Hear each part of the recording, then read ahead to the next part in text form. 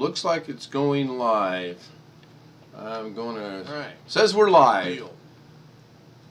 And I'll wait for verification if we're live from the chat room over on YouTube. From the chat room over on verification if we're live. Or I'll just hear myself talk with the echo. And I am live on here, but there's no camera because I've got it set up for the Zoom.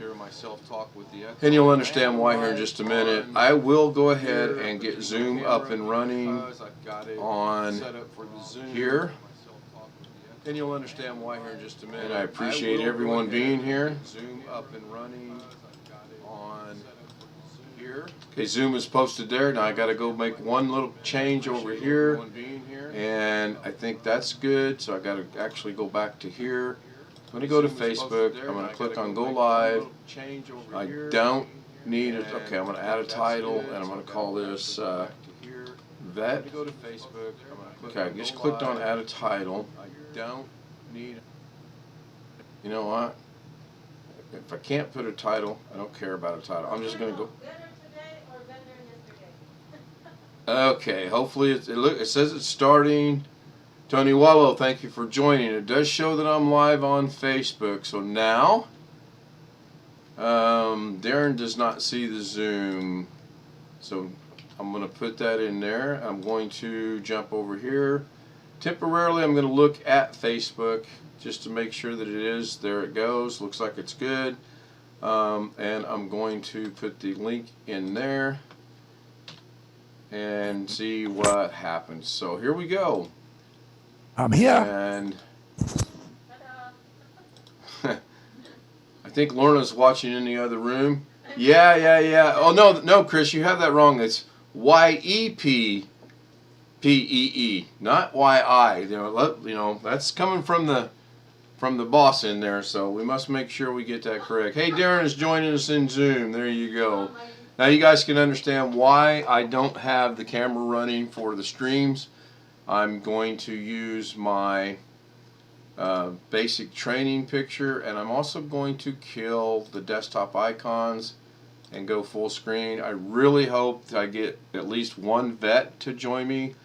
Darren, can you hear me on Zoom? Oh, you know what? Oh, no wonder yes. I can't hear anything. I don't have my headphones on. There we go. I can hear Darren laughing at the fact I'm old and didn't have my headphones on. So I'm catching it from the boss too. She said, "You are old." Zoom, you know what, Gary? I don't see it. I did think I posted it. Let me double check and see. No, it's not here. Hold on. Let me go figure that out because I don't see it as well. Even though I posted it in chat, I will repost it in chat. Maybe it's not going through. Okay, I reposted it in chat right under your where is Zoom, and it's not showing up yet. Now, before it went live, I was watching. There it is. Man, before I went live, I was noticing the lag was absolutely non-existent. But now that I'm live, it seems like it's there again, and that's fine. Darren, how are you today, my friend? Okay. Good to hear. Good to hear. I was trying to connect with you earlier today. I wanted to run. Yeah, I missed it. Oh, no worries. I was just trying to make sure everything was set up and good to go, and it just didn't work out. So you all know what? Hey, there's Gary. Turn down the volume in YouTube. Are you sure? No, there you got it. Briefly, you didn't. So you know what? I am seeing a huge improvement on the lag. So that's cool. How are you today, Gary? Just peachy. I hear you getting that dreaded white stuff. Yes, snow. No. We call it the dreaded white stuff. We don't call it snow. That's a a forbidden four-letter word in this household. For me. Well, so's Coke. No, we actually had flurries either. Okay, old cowboy song. Yeah, Chris, I know. Yippee-yi-yi, it was in Die Hard, and my wife says it with Y-E-P-P-E-E instead of Y-I-P. It's yippee to everyone else except it's yep-e to everybody else in the Philippines. So which cowboy actually said that, since we're saying it? Chris Garrett said it's an old cowboy song by Roy Rogers. And then it was used in the Die Hard Bruce Willis movies, as we all know. We can't pronounce that right now over a live stream to both Facebook and to both YouTube. So I mean, we're not going to, but I think in Zoom you could because it's private. But Facebook is not private, I don't think. But you're talking about the YouTube stream or Facebook? Yeah. Whatever. I might have. I may have to start that over. I don't know. And like I said, this could because somebody's watched me on Facebook, so that's good. I just who is it? You know, I can't tell. If I'd have caught it when they started, I could have. Who's ever watching on Facebook, say something in comments or put a thumbs up or whatever, and maybe I'll be able to tell who you are. Maybe. I don't know. Or say who you are. Or say who you are. Well, I can't hear them. I can only see here. I'll show you what I'm looking at. 1, 2, 3, 4, 5, 6. About a 6-second delay. Man, I am so glad I did that little change. That is super good. Super. I thought you were just practicing your numbers. No, I don't want to use my phone to time it. I just wanted to see what the delay was between when I click the actual change to when the actual change shows up. And that's are you guys seeing a noticeable, those of you watching on YouTube, are you seeing a noticeable increase in there's no longer that super huge lag in things? Yeah, but speaking for myself, I think it's because you don't have any, video where you're at. I'm going to say it's because I made a change in my settings, but I could find out if it's video related or not by going down here. I got 5 people: Darren, Blackwatch, Chris, Gary, and myself. Thanks everyone for joining. Now I should have asked this a long time ago. Are any of the 4 of you vets? Not I, said little Gary. I didn't say that nasty. I said no, I understand. I get it. Okay, so see, there's the camera now. We'll see. I'm watching both. Do I, Darren? Watching YouTube and Facebook. Oh, cool. Okay, so I got my camera up and running. And as you can see, I got Looks on okay. an old baggy t-shirt today. That's why I'm using that picture. So I'm going to switch this from here, go back to my desktop, see what it's like. And that's damn near instantaneous from what I just saw. Now, Chris is saying he's got a very small delay. Of course, my monitors are sitting 3 feet apart, so I'm going to see it a little quicker, obviously. But it's noticeable. I see that it's noticeable. Now, the best way to check that is maybe go up here and open up that, and we'll see what that does. Oh gosh, yes. That's great. Did you talk to any vet friends? I've talked and sent out everything to the ones I'm friends with on Facebook, and a few of them said it's a good idea, a few of them said it's not. I sent them the links to everything. If they join, they join. If they don't, they don't. I could jump over to Jeff Riddle's page and he would advertise it for me, but I don't want to do that yet. I just want to see how it goes on my own, so to speak. If that makes sense. Those t-shirts are what they call custom fit to old age expansion. That's right. That is 100% right. Actually, it's good that it's starting to get loose on me because that means I'm losing weight or losing something. I don't know. So that's cool. And the thing is, unless I keep this up and running like that, I'm not going to know if anyone joins or not. I'm thinking maybe this is where, unless I could split my monitor to the left, that's where having another monitor just to monitor Facebook would be good. Oh, it's just me. So how'd it go yesterday? I did briefly join from Indiana, but apparently there was a lot of background noise, is my understanding. From you probably had wind. I was inside Walmart, and You probably had 50,000 people. it was very full, yes. So Darren said no and hi in the Facebook. Darren, did you join from the YouTube link to Zoom or the Facebook link to Zoom? Is my Zoom working?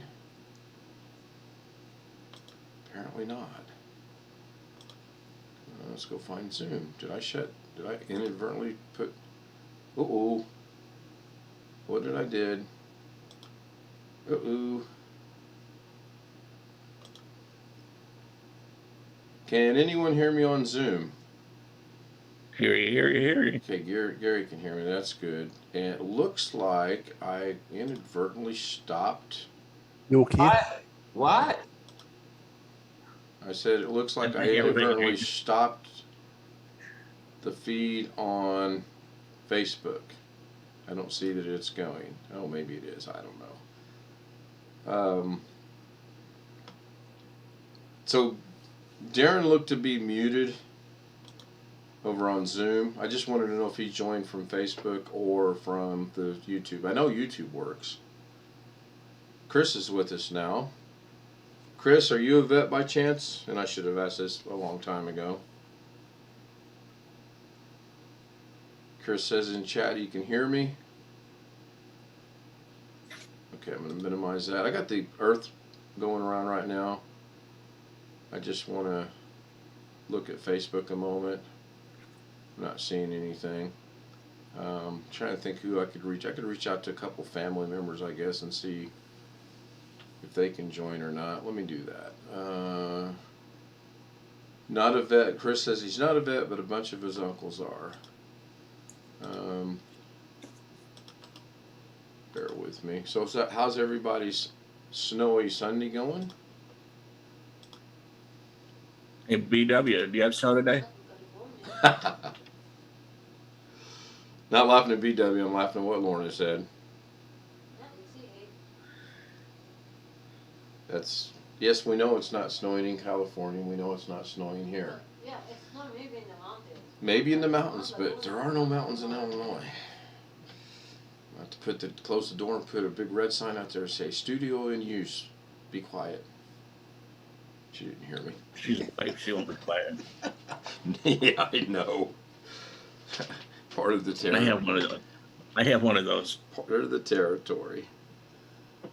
So, my father would have been, but back when he was farming, he gets his finger cut off. The service would not let him back. Which, well, it would, I guess, depend on if it was his forefinger. Can't pull the trigger unless you teach yourself how to use your middle finger or ring finger to do that. I don't know. What time did she quit? 2? And she got off at 2. She walked out the door about 2:15.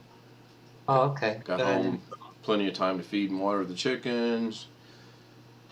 And it took me forever, literally, to get this going. But I wasn't too awfully late, actually. I was really shocked that I was only a couple minutes late, because I thought it was going to be much worse than that. Apparently, it's raining where Darren's at. Doug wants his buttons back. He can't have them. I'm keeping them. I'm just not getting to where I'm figuring them out. I did get a link both from Chris Garrett and Demon Sweat on well, I'll show you guys. Hang on, I can show that. I'm not going to offend anyone by doing that, I don't think. So I got this link for deckboard.app. Power up your chat room. Damn, that's fast. Why didn't someone point this out to me a long time ago? Oh, I know. Let the new kid on YouTube struggle until he figures it out on his own. Okay, so are you guys seeing the deck board in YouTube? Yeah. Okay, cool. And then again, I don't know if, you might be watching Zoom or... I'm going to check into this. If I understand it right, though, it's just going to put this app both on my phone and on my computer, and then I can control it from my phone, which is basically what Doug has, except he's got the physical box itself. Because I can every now and then when he changes his camera angle, you can see the box there. So how'd that work out with that laptop yesterday? Did he get it up and running? No, He didn't get it up and running? no, he has to get He can't connect to HDMI. Oh no, that wasn't. What he couldn't do is connect his HDMI, yeah, his video cable to his TV He's worried about a TV. or monitor with the TV input. Excuse me. But he did get Windows 10 loaded in and running. Yeah, he Okay. did that. So, help me out here. He's trying to plug the HDMI cable into the laptop and into a monitor, and that's not working? He wants to get it on the what's it called, the video capture card, and video capture can't get the HDMI until it's in Windows. Yeah, that's fine. And my coffee and water, please. Thank you. She's interning. I'll have 2 shots of rye, Lorna. Make that 4. That gets you coffee and water. Ooh, Coffee and water. you're Yeah, she's interning. You know, trying her out for the position. See how it goes. Getting more trouble than I'm going to be worth. So I missed part of it yesterday. I got to watch the part I missed. I missed all of it yesterday, and I was going to start watching last night, and then I got a little tired, so I didn't. And I posted on Facebook the videos and 36 pictures, I believe it was, of the grandkids. Great day. Fantastic day. Took mom shopping, and that was fun too. How's she doing? Good. I'll get with you later. I don't want to put it out over Facebook and YouTube. No problem. But, No problem. Good. No problem. She had a good day. We went to eat where she wanted to eat. Not necessarily my choice, but you know, when your mom says, "Hey, I want to eat here," you go eat there. That's why, because it's it's Mother's Day 365 now. Yeah, really. The food was good. I really did like the food. I just don't particularly like that restaurant. And it's no secret, it's Denny's. I don't like Denny's restaurant. What? Denny's, yeah. Oh, Lord, jeez. Okay, now I want to make fun of your mom. Now you're trying to get rid of her. Okay, got it. Are they as bad down there as they are up here?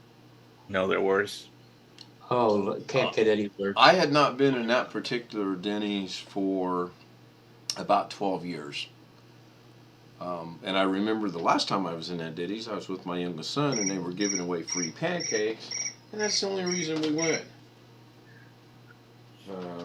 There's one up here. I don't know if it's the Griddle House or Pancake House or something. They are fantastic. On a Sunday for brunch, you're lucky you can get a seat. We have one of those just down the road from where we live, and it's one of those literally on a breakfast or brunch menu. They don't have prices. So do you pay them what you feel like paying them, or? Well, No. You get the bill and you go, huh? So Chris is asking, have we ever heard of Shoney's? Yeah, they're all closed now. In fact, the Denny's we ate in yesterday used to be a Shoney's restaurant, and now it's not. They had some in northern Kentucky. Aren't they the ones that had the log? Peanut log or something? Are we being zoomed? I guess depending on if it was his forefinger. No, this is can't scary. pull the trigger unless you teach yourself how to use your middle finger or ring Why? finger. I mean, it was a serious question. I'm hearing What time myself. did she I'm quit, hearing myself too? talk from 5 minutes ago. That's why I'm asking. 2:15. Oh, Oh, okay. Got Good. home, plenty of time to feed and water the chickens. And it took me forever. Mom, It's me. I know where it's at. Hold on. Too awfully late, actually. I was really shocked that I was only a couple minutes late because I thought it was going to I'm be thinking. much worse than You ever that. hear of Stuckey's? Oh yeah, That's what I'm thinking of. Stuckey's used to have the pecan rolls. Yeah. Okay, you got it. Yeah. I never liked them, but they have. Well, they were a gimmicky every 100 miles or so. Excuse me, on the highway. Gas and souvenirs and things of that nature, and I just specifically remember the pecan rolls. They were semi-famous for those. Yeah. Okay, so the noise I was hearing was me and the playback on Facebook. It's way behind, so I'm gonna have to work on that. I've got it full screen on my other monitor. Alex asks, what's my thoughts on Cracker Barrel? It's alright. I eat there about every... Well, I eat there every time I have a doctor's appointment because it's about the only restaurant in that town. But it's okay. Who came up with the name Stuckies? Just because somebody would say to you, go get stuffed? Probably. You know, who comes Who up with knows? I don't know. That's a good question. I think the Cracker Barrel question was because they had some problems about 5 years ago. No Remember? more donuts, okay? You ate already a lot of donuts. Hopefully you guys didn't Did you try to hear eat your that. donuts? Well, I can have a donut every now and then. Yeah, but Yeah, I you've thought been it eating was already good since for this you. morning. So Hold on 1 second, I'll everybody. get some crackers, okay? Hold on 1 second. What now? I have a Boston. There she is, my intern. Intern. What are you talking about, intern? Okay, so when you go to work for a television station, they expect you to work for free, and you're called an intern. And when you need coffee or water or crackers or donuts, the intern goes and gets it. By the way, that's a great order you fulfilled. Good job.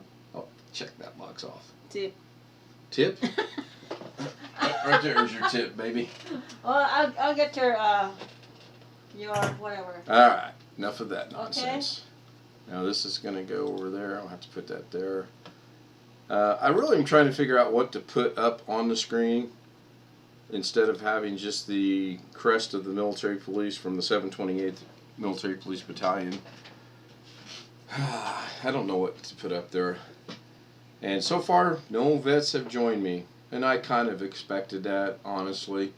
I told Lorna last night if I get one, I've accomplished my goal. 2 would be fantastic. You got Jeff yet? Yeah, I could actually contact him. That's not that hard. Chris just put a link in the chat room up for Stuckies. You know, Chris, I hope that's my final Jeopardy question, because then I can, when they ask me the next day about, you know, how they ask people things, I'll say, well, I got that question yesterday from Chris Garrett, and we'll be good to go. I like this advertisement. It says, come on by. It doesn't say stop. Yeah. Well, it's like, okay, so, you know, obviously, I got to cover that anyway, but I've got a warped sense of humor. And I will be the first to tell you I've got a warped sense of humor. And if I say something about you humorously, in my mind, trust me, it's strictly humor. I am not meaning to be picking on someone. I'm not meaning to demean somebody. It's just in my mind it's funny, and I'm going to be cognitive from this point forward of not being so funny in my mind and blurting it out and hoping it gets well received from the people that are listening. The daughter, the person, they're still open. The person in charge is the granddaughter. Really, they are still open, and the person in charge is the granddaughter. Yep. Wow. Does it say... Senior charter. Senior was the founder, Junior is the chairman, and CEO is the daughter. Does it say any locations? 115 franchise stores in 17 states. Wow. Doesn't say where. Okay, so I'm going to do something. They're based in Nashville. That means anything. That's like Wendy's up here. Since the old man went, it's not the same. Wendy's hamburger place? Yeah, it's Dave. Thomas. Yeah, he made it for his daughter Wendy, but since he passed, it's just not the same. Yeah, but they still have like more. I just went, hey, Jim's here. Well, I guess Jim's here. Is Jim here? Yeah.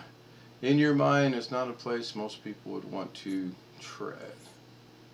I'm losing one. In your mind, it is not a place most people would tread. And there's, I'm going to try to pronounce that name, El Osito. Sorry if I butchered your name, and believe me, going back to the comedian comment, I am horrible with names. If it's not something simple, Bob, Bill, Gary, Chris, we got problems. I hear someone's dog's barking. Did someone join us? 12 pounds of terror. Someone join us over here. Nope. Oh, wait a minute. Oh, you know what? I hear you guys are not hearing the dog bark, right? Yeah, they should have. I can hear it. You could hear it. Okay. Well, I didn't see any yellow boxes going around. That's why I asked. No. Jim says, "Sounds like Killer's going to bite your toe off." Yeah, I would think when the dog barks, I should get the box around the name. So I did go to Jeff's channel. He is live right now, and I did say, "Hey, hate to beg, but," and he said, Jeff is? Not Jeff Ryman. Jeff that runs His name's Jeff Riddle. Okay. Today his chat is everyone has a favorite. He has different themes on different days. He's got 1.31 thousand subscribers. He just started in March, and I think he said this is his third channel to get up and running. So, The one in your chat that says to call an angel is. Much easier. Thank you. Is that person the one from Cary? I have no clue. I think Gary and Chris and Tony and yourself and Darren are all from Cary, and there's a couple I'm getting from Doug, and a lot I'm getting from Jeff Riddle. Yeah, but I'm having trouble typing, so it's L whatever it is. Yeah, I can't.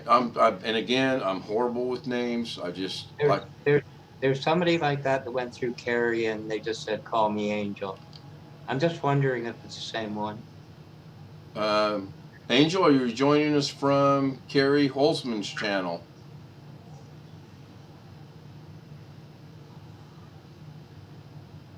Awkward. I really got to get a Cricket's audio bite, and that way when something is said and no one answers, I can hit that. Oh, whoop! There's that humor again. Sorry, my bad. What was I going to check? I was going to check Facebook. Facebook is okay. So how far behind is Facebook? On Facebook right now, it's just now showing where Lorna walked in the room with my coffee and water, and we had her briefly on the Zoom. That's kind of bad. So let me go see some. There's the dog barking again, and again, I'm not seeing anybody. Of course, then again, I'm listening. No, I've got that muted. Interesting. I'll talk in a minute. Gary, you had a pup, didn't you? It's Gary's dog, I think. Yeah, it's Gary. Right. No vets so far. Jim, you're more than welcome to join us. In fact, I have no qualms whatsoever with having non-veterans in. That's fine. I know it's vet to vet, and that was the goal, but I also am realistic to know if you guys don't join me, I'm probably just sitting here by myself and working on projects in the background. So I am so appreciative and so glad you're here. Sorry I'm at work. I didn't hear what you said. Angel, I asked, did you join us from Cary Holzman's channel? There's someone in the chat room that thinks you did. I pinned Zoom, but probably won't talk, just in chat. That's fine, Chris. That's fine. I'm going to jump back over here. I know I still got the globe up and running because I'm over in Facebook. And let's see here. Just comments from Darren. I sent a link to my brother. Nobody's there. And Chris just asked him. And Chris can type pretty doggone fast.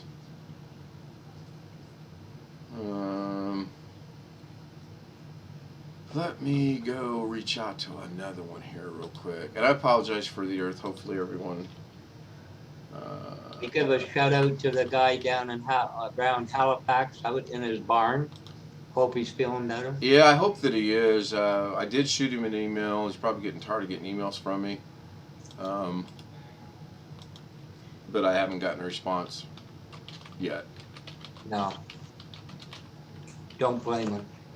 Well, I just hope he's all right. Exactly.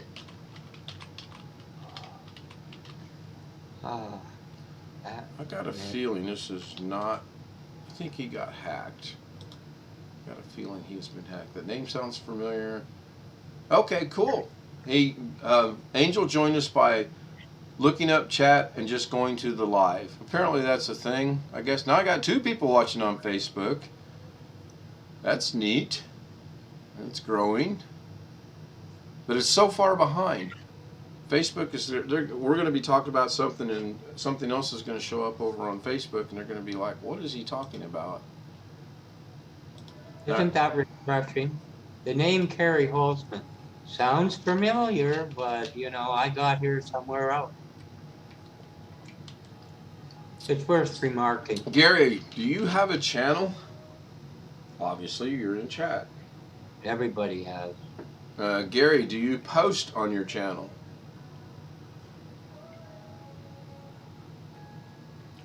He has 4 YouTube IDs. You're going to have to teach me how to find people like that because I just can't. I don't want to say I just can't do it. I'm just not very successful at doing it.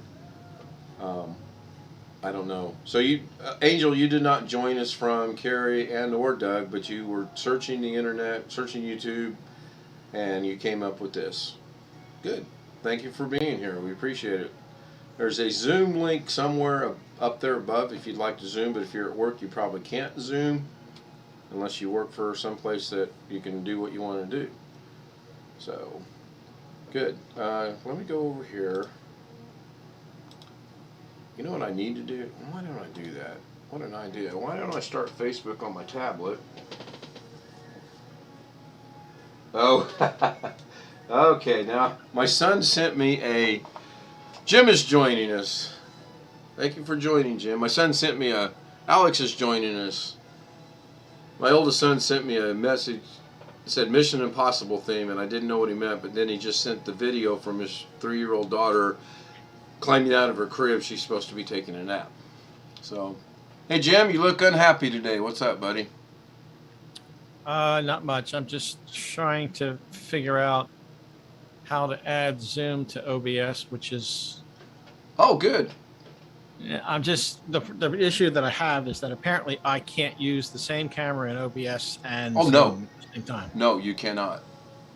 Which is ticking me off.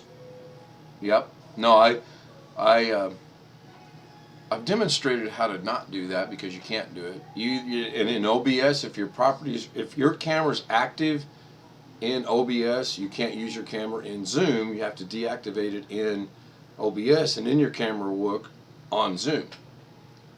Go figure that out. I'm sorry, say that again? So right now you're seeing my t-shirt and the headphones and everything on Zoom. Yep. Okay, so I'm just going to go make one little change over here in OBS, and let's see how quick it catches up over there. That's not too, that lag actually, from my perspective, from what I'm seeing, is great. So my camera right now in OBS is not on, and if I right click properties, it is not active. So if I try to activate it, it won't even come on because the camera is being used in Zoom. Now if I go back over to Zoom and I turn my camera off by hitting stop video, and it brings up my military picture, and I jump back over to OBS, then I go into the properties on camera, deactivate, and then activate. There's my camera. Did you follow that? Yeah. Okay. And now But you can't use both at the same time. not can at you? the same time. So now I'm going to hit OK. I too kind of looked into it, and there's my camera on OBS, which actually looks to be a little better than what it does on Zoom, and it's the same camera. Okay. Crazy.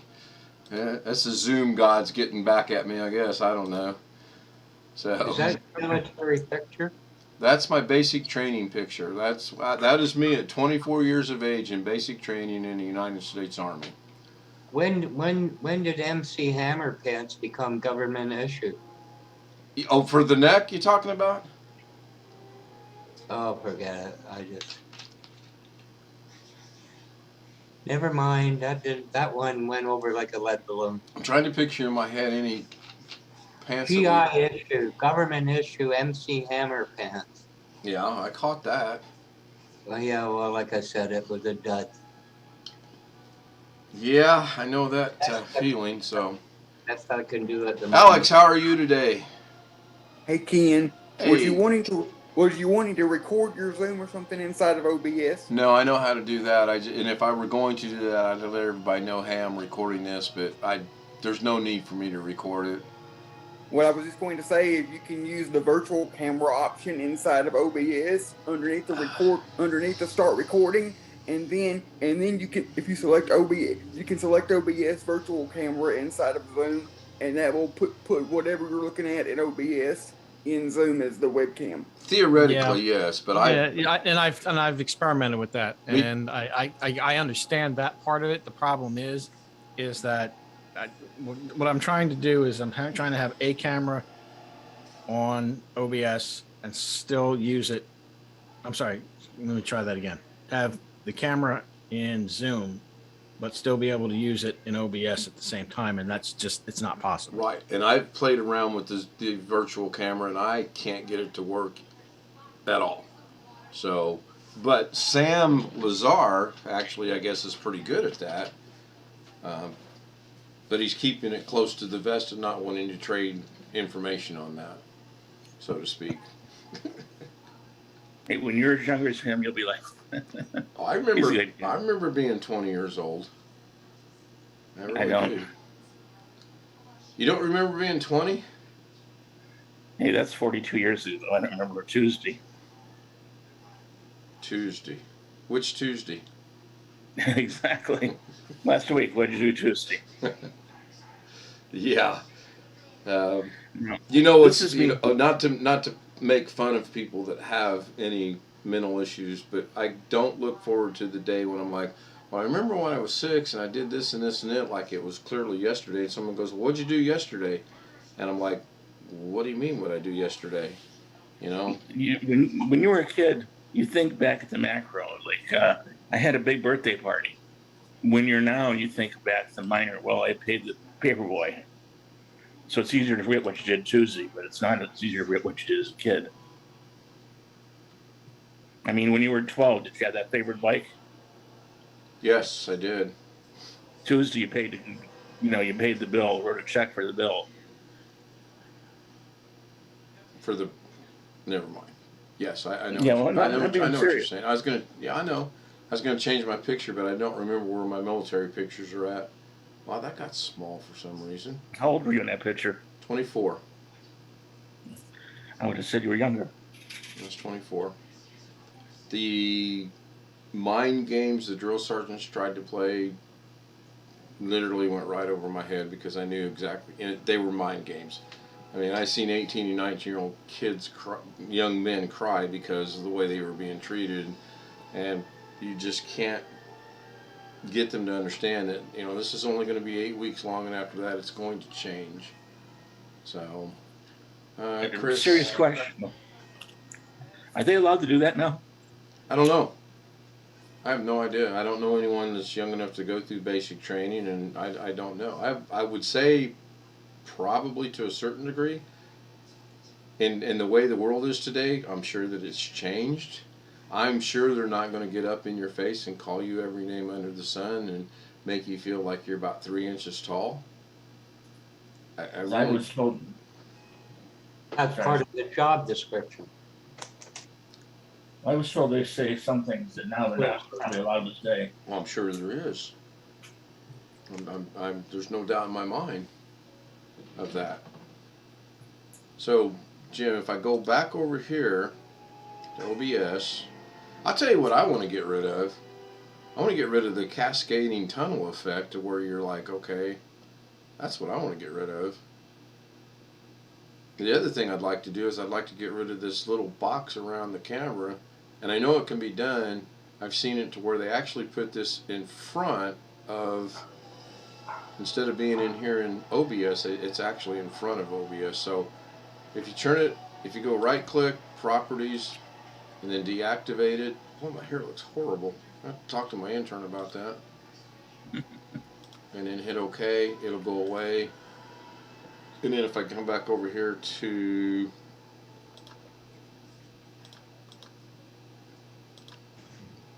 I'm back on Zoom. But it would be nice to have them both working at the same time. It really would. So Tony, are you still with us in the chat room? Tony just sits back there and listens.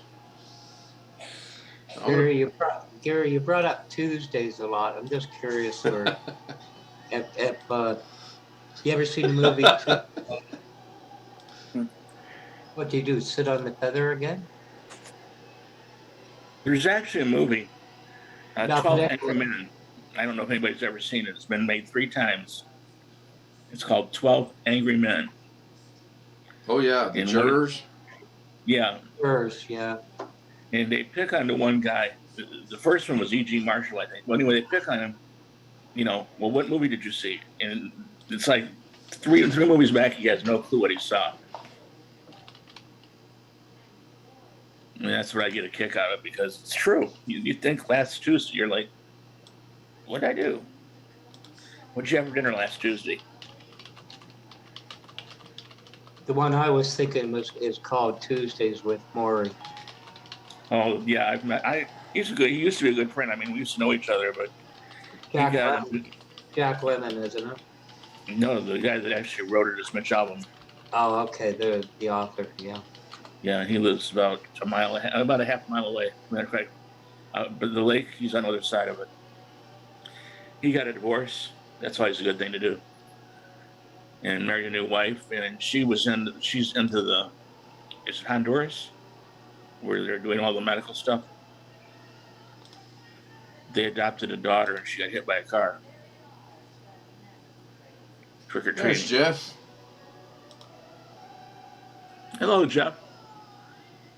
Got a minute 52 left on this go around. We all know the drill. I will repost it both on Facebook and on YouTube Live, and send those emails out to those that are on either one. Which I don't think I don't have Alec. I think I got everyone's email. I'm not sure. Jeff, we can't hear you.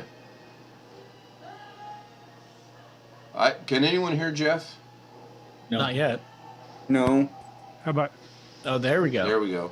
Sometimes, Yeah, I had my switch off on my yeah, mic cord. you mute the switch on your mic there, Jeff Oldboy. I know. Yeah, we were running late today. Stuff. My wife fell and hit her head last night and had to go to the ER. So Oh, crap. Not to we're get just too getting personal, but you're older, all right. and she's. Is she all right? Yeah, she had to have a CT scan of her head to make sure she was okay, but she's got a split right here. They super glued together and a bunch of abrasions. Okay, Alex, the eye test Zoom is next week. We're not doing that today. We will check your eyes next week. He looks like he's floating around in the clouds or something for a while there. Is he Sorry, it's just because I'm on my tablet. No worries. At the moment. So Never Jeff, you did say your wife's okay? Yeah, she's bunged up a little bit, but no serious injury. Did she fall in the house or outside? This is like she's fallen 3 times in the last 6 weeks, so Ooh. I've got to figure out something to do about this. Jeff or Jim, did you just change your camera angle Yes. with the button? Different camera. It's a Ooh. different, different camera. Okay. I Same like this angle model. better. Same model. No. It is better. No. No, this is the Logitech Brio. This is the one I usually.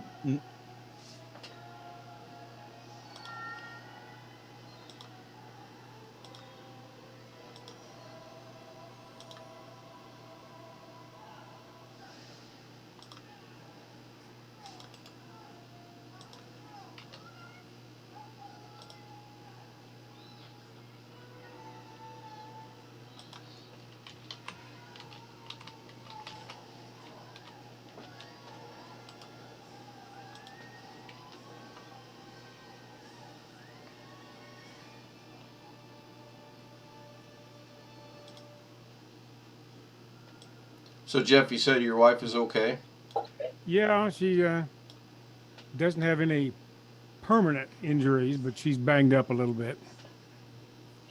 She is, going back a long time, she was in a bad car accident years ago in high school. She's got one leg shorter than the other one and a number of other issues. And now as we're getting older, she's just less stable. She was just walking from the supper table over to the couch last night, and her foot hit a spot in the floor where it switches from laminate to tile, and she just fell against the wall. So Was the tile a different length, height, or just? So, yeah, she has one shoe that has to have 1.5 inches added on the bottom of it. So somehow my phone microphone got turned on and it's recorded everything from, okay, now my son just sent me, and then it says, a Jim is joining us, Alex is joining us, Mission Impossible theme. I'm going to send it to him just to mess with his head a little bit. Hey, this is called payback. Remember when our kids were younger and they gave us grief? This is grief from the grandpa going to the son. I'm not sure the other ever actually stopped. Well, I picked up my phone because Chris Garrett made a really good point. I need an alarm, so I'm going to set an alarm on my phone for 35 minutes. That will give me plenty of time to know, because this is 40 minutes in length.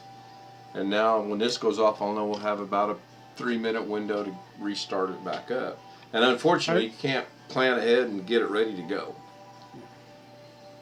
Yeah, I just caught the tail end of something you were saying. I gather you were talking about basic training. Yeah, I over here, when I turned the camera off, and man, that picture got small for some reason. At least it looks like to me it did. Oh, there's a picture from a while back. I was 24 at the time. And I've got another one somewhere. I just don't remember. I don't want to put the world up and go look for it. I should have actually done that earlier. I'm not sure if I still have anything from those days or not. We had a garage fire about 3 years ago, and I had a bunch of stuff in boxes in the garage that all got sort of burned up. So I lost a lot of stuff. Yeah, the one thing I didn't get done yesterday at my mom's that I really wanted to get done, I wanted to go through some of the picture albums to see if I could find some high school pictures, a picture of my actual Camaro, picture of my 46, picture of the 73 Plymouth, and we were just pressed for time, so that didn't happen. Chris, are you in a zoo? I'm sorry, Jeff? Yeah, I saw your quick thing yesterday afternoon where you had your mom in Walmart shopping or something. Yeah, is she doing okay? She's all fine. Things considered? Yeah, all things considered, I think she's fine. She was good. Really, I mean, it was a good visit. It was a good visit with the grandkids, and it was a good visit with her. But unfortunately, and it really slipped my mind because we had things we needed to do, so we needed to get back, and I just forgot all about it. What we're gonna have to do is we're gonna have to start getting up at dark 30 and getting to Indiana at about 8 o'clock in the morning just to get everything accomplished that we want to get accomplished. Yeah, how long a drive is it for you? It's right at 2.5 hours. Yeah, it's not too bad. Plus, and there's an hour's time.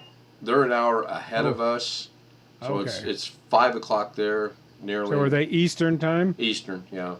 Yeah. Yeah, we're Central. So at least you're not living in Kentucky where you have to work in Central Time and live in Eastern Time or vice versa. Yeah.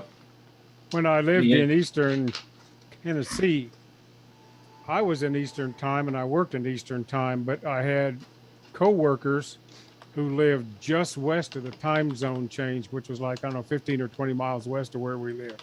So they were living in Central and working in Eastern, which they always said was sort of a pain. Yeah.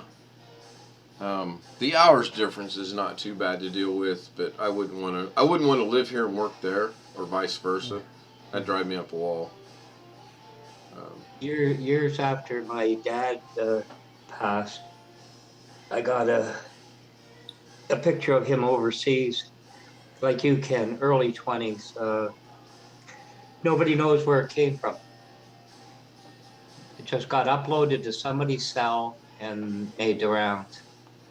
So I got it. It's you never think your old man was ever that young. Oh yeah, I see pictures of my dad when he was in the military. And So this is whoa. military. This is military. He's full uniform. Right. Yeah. Yeah. But you're right. You don't ever. I mean, your dad, your grandparents. You just don't It's, ever it, picture them that way. it's just out in the field. It's just somebody, he took 2 minutes, off duty and took a picture. Black and white, of course.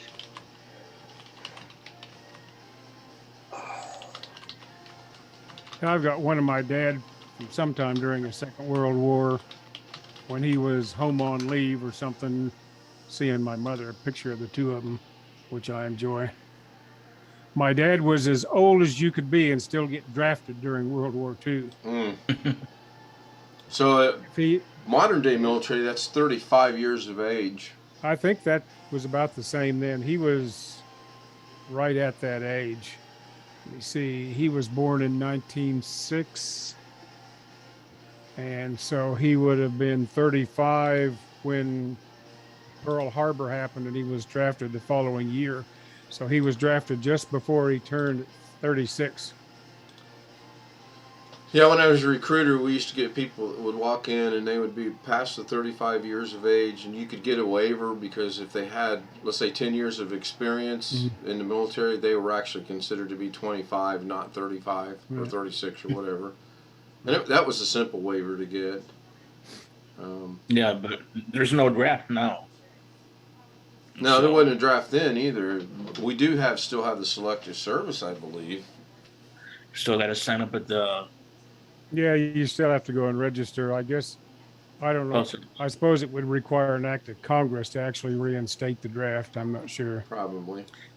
Though I read this year they added women to the post office. To the selective service? Yep. Well, probably one of those things they asked for, and probably one of those things, if it starts back up, they're going to complain that they're being drafted. Interesting thing, on the day I was actually went to the induction center and got sworn in, we were all sitting around the rec room there waiting on the buses to take us wherever. And on the news that night, they announced the draft lottery. We were talking about that yesterday, and I sometime in September 1969. I don't remember without looking at my DD-214 exactly what the day was, but I remember everybody in the rec room watching the TV there, waiting on the bus. Everybody was flipping the bird at the TV. Yeah, and it was it was the blue ball draft. No, pun intended, but that's what it was. Yeah. And it started in September, but I don't remember the year. We were just talking about that yesterday. My brother showed up at my mom's, so it was a real good visit. I mean, overall, it was a great day. Yeah, so Chris, if I had been able to wait just a little bit longer, my draft number was high enough I wouldn't have gone. But on the other hand, I don't regret having done it. Okay, so Sam is in the chat. He's not joining today. It's Monday, and he's got to go to class. Chris says, what can I use to scan my pictures to my computer other than a scanner? Anybody? Snap it on your phone and transfer the image? So I've never done it, but that's what my wife does. I mean, I've done that occasionally when I was out someplace and wanted to. Well, in fact, last year when my grandson signed up with not a little league team, but a little kids soccer team, there was a contract involved, and my daughter had to sign it, and I took snaps of it before she handed it over, and then I transferred those onto the computer eventually. There's a contract for a kid to play sports? Yes, because it's a, trying to think of the right word, but it's probably just like they feel joint, like they're joining. Well, the contract was about how much money you have to pay every month in the terms of that. Like you had to pay a month in advance, and the last month, like you do when you rent something. And of course, that's for parents to actually pay, not the kid. Right. Yeah. Right. But I was going to go the other route about money. I was going to say, so in the small print it says, little Johnny ever makes it professionally, we get 1/10 of his contract. 1/10, 1/5. Yeah, exactly. Yeah, something. We have several leagues here, which the coaches are either former professional or semi-pro players. And this is how some of these guys make their living. Like right now, my grandson is in a league where the dues are like $250 a month, and then tournaments and uniforms are extra. Wow. So, and think about having just 10 players. That's $500. Yeah, things have sure changed from when we were kids. well, he originally was in like what I would call like a little league team. He wasn't old enough to be little league, but it was a similar thing. And pretty much the only expenses there were the uniforms and an occasional contribution to help out with stuff. But leagues he's been playing in now are nominally serious stuff. My daughter has grandiose ideas that he's going to become a professional baseball player. She doesn't understand everything that goes into that. He is athletically talented, but to end up in the pros or something, you have to be talented, you have to work your ass off, and you got to be lucky enough to be in the right place at the right time. Exactly. It takes all three of those, and she just doesn't get it. Right. So this is something I can do for my grandkids. So, and in some cases, the talent doesn't necessarily have to. You have to be talented. Don't misunderstand me. But being at the right place at the right time plays a big factor in it. Right. And that's the part she doesn't get. Yeah. I can tell you from personal experience. My cousin made it into the NBA, but he went to college. I did not. I went to the Army. And I had a cousin who went to Pepperdine University in California, and they had a good baseball program there. Yes, they do. And he made it to the tryouts, and then I forget what happened exactly. He became ill with something and never quite recovered. So he was almost at the right place, but at the wrong time, and his health situation in the end kept him out of the pros. Yeah, I mean, it's just a matter of timing in most cases. Jim, you got that look on your face again. Yeah, I occasionally look at the pre-builts that are out there and what people are charging for them, and then I go to PC Part Picker and see if I can come up with the same configuration, and usually I can do it for a bit less. How much less? Depends. Sometimes it's only $50. But I would put my build up against an HP Pavilion desktop any day of the freaking week. If you were going to buy a pre-built now, a desktop, the answer to that is no, I won't do it even with a gun to my head. No, but I'm saying if you were forced to, what would you pick these days?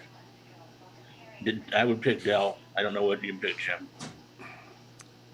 Dell or Lenovo, maybe. I would probably stay as far away from HP as possible. Laptop or desktop? We're talking desktop as far as I know. Right. Yeah. I've had a bunch of HPs, and it's varied. In the laptops, I had an HP that died really young, but I had a Dell that died really young too. The HP I have now is an Envy, and most of the parts inside, except for the motherboard, are really pretty standard parts. And I've been fairly happy with it. And the motherboard is a standard size, but it was one that was made just for HP, of course. Well, notebooks are always that way. And my earliest HP was a 486. Can't think of what it was, but it was actually a server. And my brother-in-law was an HP salesman for workstations at the time. And in those days, the ones that got returned were offered first to employees. And so he bought it for me, and it gave me decent service, but every frickin' part in there was proprietary. I mean, and that's that way for all Dell, Lenovo. Yeah, it was right in the days just before the IDE standard was finalized. Okay. And so the connections to the drive in it were nominally IDE, but it didn't exactly meet the standard. And I replaced that with two other drives, and I added one And then once I added it, you couldn't restart it with Control Alt Delete anymore. You had to hit the reset Oh, button. I forgot about that. And when I added the second one, the reset button wouldn't work. You actually had to power it clear off and turn it back on. Jesus. And it was because the drives weren't the real IDE standard. Thank you. Well, Much better. the motherboard didn't meet the real IDE standard, and the drives I added Oh my goodness. were built after the standard was finalized. And so there was a mismatch of some sort in there someplace. Oh my God. Well, I got a new one that happened today. If you go and update Windows, right? Nothing should happen. Today you should get Defender definitions, probably. Right. I can't get them with update Windows. I have to go up and get them in security. If you look on the thing, you got the first one that says scan, second one says that, then the fourth one says ransomware. We back up, it lets you download your security, your definitions. So I'm gonna have them reload my machine tomorrow, but I just hate doing it because I know why it's messed up, because I got Windows 11 is a virtual and Linux is a virtual machine, so that's why it's screwed up. Okay. Yeah, I'll bet I don't you know what don't. I would buy for a pre-built now. When I was worked various places. Some of them were Dell shops, and the last place I worked was an HP shop. Well, now HP probably, not probably, I have had good luck with Elite books from HP. Those are the business levels, aren't they, though? Yeah, exactly. Right, Yeah. right. Well, like the last place I worked, it wasn't the home machines; it was the desktops. Same, But it was you the know, business models. exactly. Their business models are not quite as bad as their, The consumer Yeah. stuff is crap. It just is. I've worked But- on enough. I've worked on enough of it. The consumer level stuff is crap. well, it's like Dell. What I do, or what I personally do, what we have is you get everything ready, it works, it's ready, sim them to M.2, they copy them all for us. They're in the machines ready to go. What is Chris trying to show us? Coming in and out. Chris, Well, what you can run into stuff. I had a Dell back in the Pentium 2 days. It was an XPSR 350 was the model. And after it was reasonably old, something went out in the disk controller on the motherboard. And so I was able to buy the same thing on eBay. And then a friend of mine here who was the computer tech for the University of Nevada Extension Service here in Las Vegas got me one that they were getting rid of when they upgraded machines. So I had 3 of these things that were nominally the same model, and I was unable, using parts out of all 3 of them, to put together one that worked because there were slight variations in the motherboard, Oh, for in the God's BIOS. Nominally the same machine, and I worked like for, I don't know, 6 weeks, and I finally just said to hell with it, threw it all away. Well, Jim, another thing, I totally agree with everybody buying a non-pre-built machine if they can afford not to be down waiting for parts. Right. Or if you have just about quote another machine to swap it in.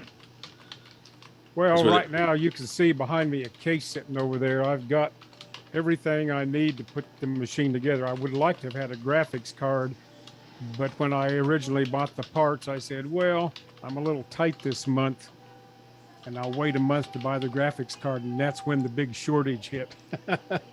And I'm not going to pay 3 times what the suggested retail price is for a mid-level graphics card. It's just not going to happen. The CPU's got integrated graphics, so I'll just make do with it. Well, we got 111 ships out in the harbor right now, waiting to come in. Yeah. No, out in LA Yeah. and Long Island, or Long. But all I wanted like a NVIDIA 1660 Super. Nominal price was like $239 or something. Last one I saw that was available at all, if you can believe the ad, was around $650 or $700.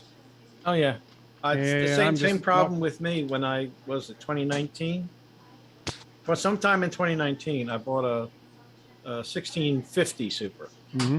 which was under 200. I remember very Right. well. It was under 200. It might have been as low as about 160, 170. Go look what they're trying to get for that one now. Oh, I You'll know. fall over. And it's interesting. I wanted an EVGA card. Hey, Tim. Went to their website and they had all these models listed. And then for a while, a bunch of the mid-level cards, they just removed them from the website. Now they're listed again, and I'm on the quote waiting list to be notified if there's any available. But No. I'm not holding my breath. Thanks for joining us, Tim. It was started out vet to vet. I canceled that on Facebook because the lag was so bad. Are you a veteran? I was in the Air Force for 2 years, many, many years ago. That would make you a veteran. That counts. Where were you Having stationed? Network issues today. Or Jim, what'd you just hold up? An RTX 3060. Video card? Yep. Okay, I'll get you my address and I'll test it out for you. For the next year. Yeah. We can work out a contract. You take what, about 5 cents a month? I mean, is that good with you? I can work on that. You and I should live that long. So Tim, how's the photography going? It was foggy last night at the game, so we had to cancel the skydivers. Oh man. So what happened against? They rolled in there as soon as the sun set last night, and I was like, oh man, we're gonna lose a bunch of money today. Yeah, I bet. What happened, Tim? They run out of bulldogs to throw out the plane? Yeah. I got 13 photos. You know, we did bring them down to the 50-yard line and had them on the big screen so everybody in the stands could see them and introduce and say, hey, we could not jump because of fog. Right. Well, and most people would understand that. And I had 0 hours of sleep, and they wanted to go out and party after the third quarter. I was like, hell no, I'm going home. I think I went to bed about 7:30, 8 o'clock last night. But what, a mile and a half up is not high enough for them? They jump at 6,500 feet. That's about a mile and a half, isn't it? That's about a mile. They get down to Mile and a ground in quarter, 4 maybe. minutes, but they're going 80 miles an hour free falling.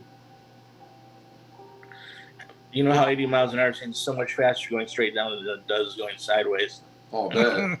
I don't have that personal experience, but I bet. It's a one long step. It's different in the States, eh? Up here, the mile's 5,200 and, 80 feet? Pretty sure it's Same. 5280 here too. Yeah, Same. the Bulldog Blitz skydiving team, we were the first team to be a civilian team at the last Lemoore Naval Air Show. I was really proud to be able to document that. And I got them with the Blue Angels on one side and the Patriot civilian team on the other side. I didn't get press pass. I got performers pass. Really? Yeah, because I'm part of the team Okay. as a ground person. So Tim and I became friends on Facebook, and he's a fantastic photographer. I've used some of his stuff with his permission, and man, just keep them coming. That's all I got to say. Oh yeah, I see Kerry bought a Canon R like I have. He got lucky. He got his for $2,000. I paid $4,000 for mine. Have you ever jumped out of a plane? Do you have that experience? Many years ago when I lived in North Carolina, but that was tandem. Oh, you've not jumped yourself? Just I don't have enough hours to do it. okay. Many years ago, I was in the skydiving club when I was in college. It's Didn't have a expensive. lot of jumps, had 9 jumps altogether, but it was, I was in the drinking club when I was in college. well, that goes without saying, right? Well, I was in the military at the time, so was I actually in the drinking club in college, or was it military? Let me You think. know what gets me when they skydive? How the heck do they breathe? Yes, You look at their face with the wind, yes. all contorted like a rocket sled. How do you breathe? Yeah. Well, our skydivers are wearing full facial helmets.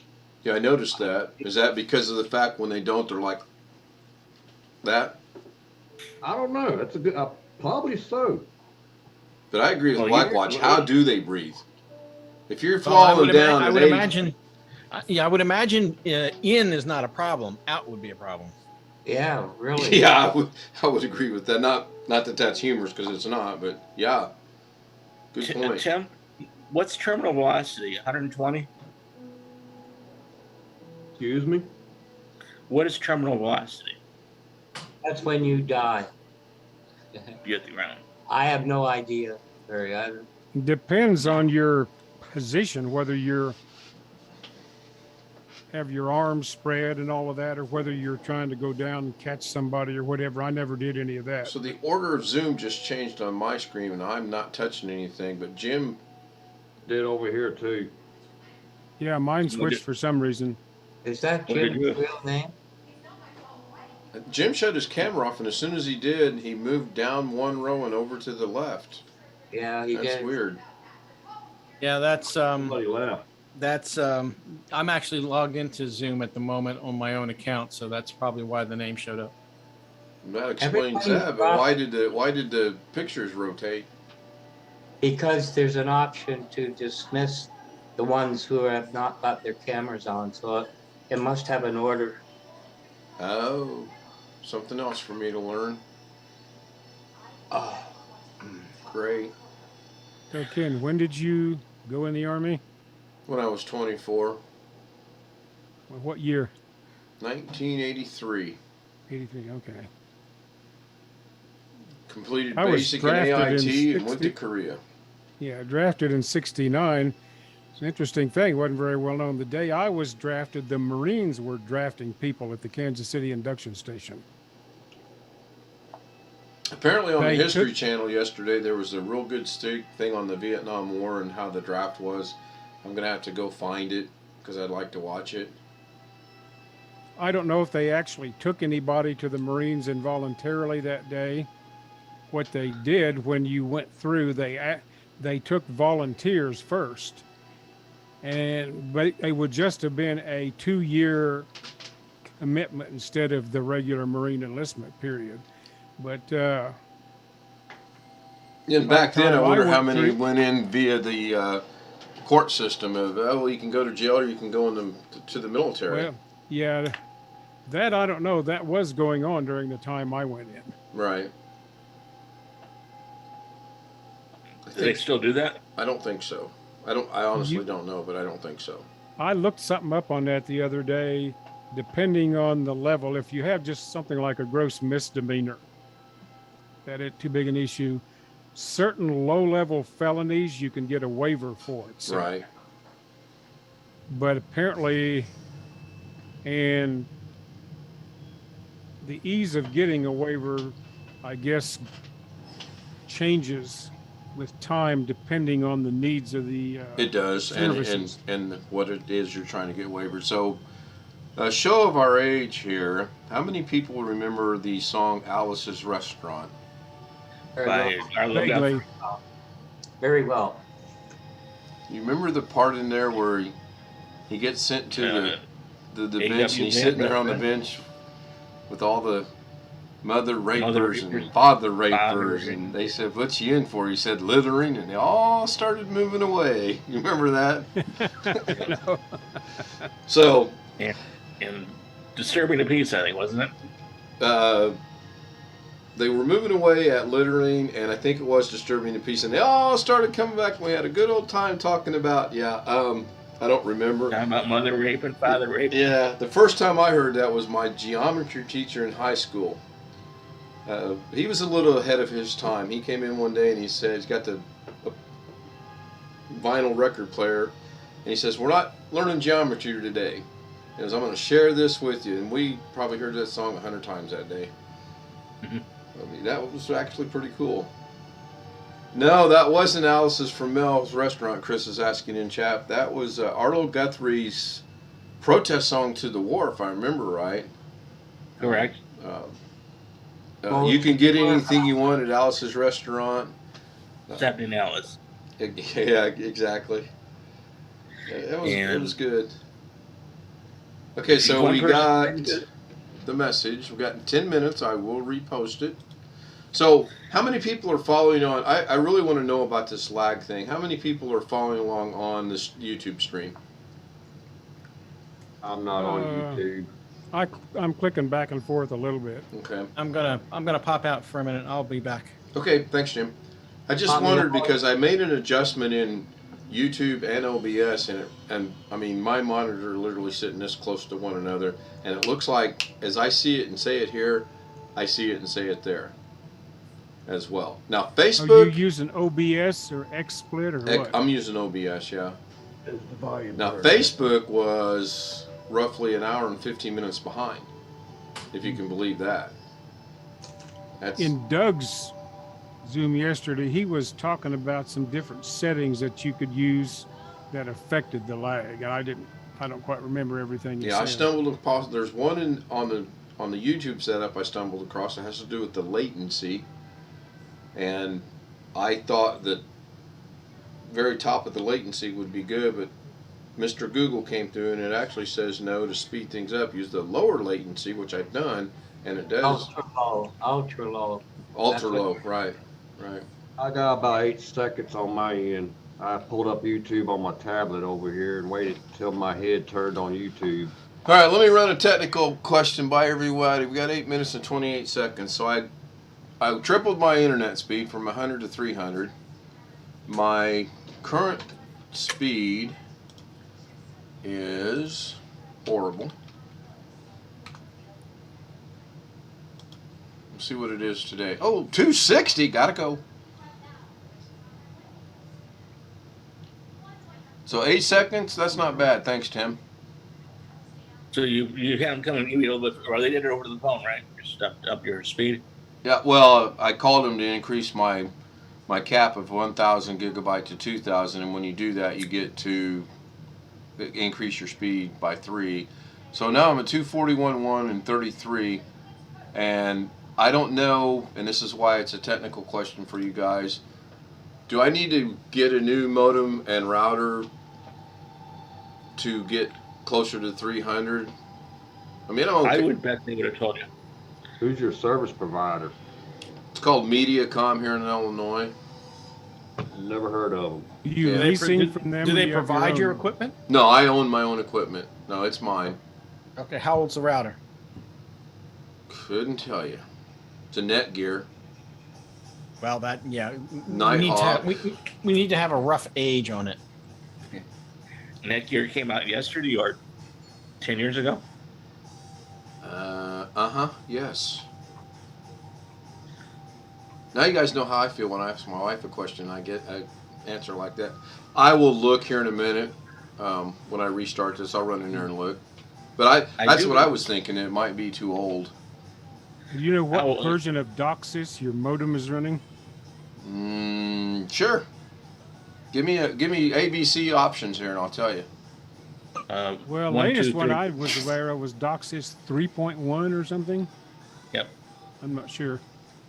I'm going to say it probably is because when I first set them up, I had to call the internet company, and they said, oh, yeah, you look good from our end. You have all the current things we need, and it worked just fine. And this works fine. I mean, 100 to 26 or 241 or whatever it was. What was that anyway? Did I close that? What are you running? Speed test? Yeah, I ran speed test. So from 130 to 241, that's quite an increase. I'm okay with that. And from 19 to 33, while doing a live stream, I'm okay with that.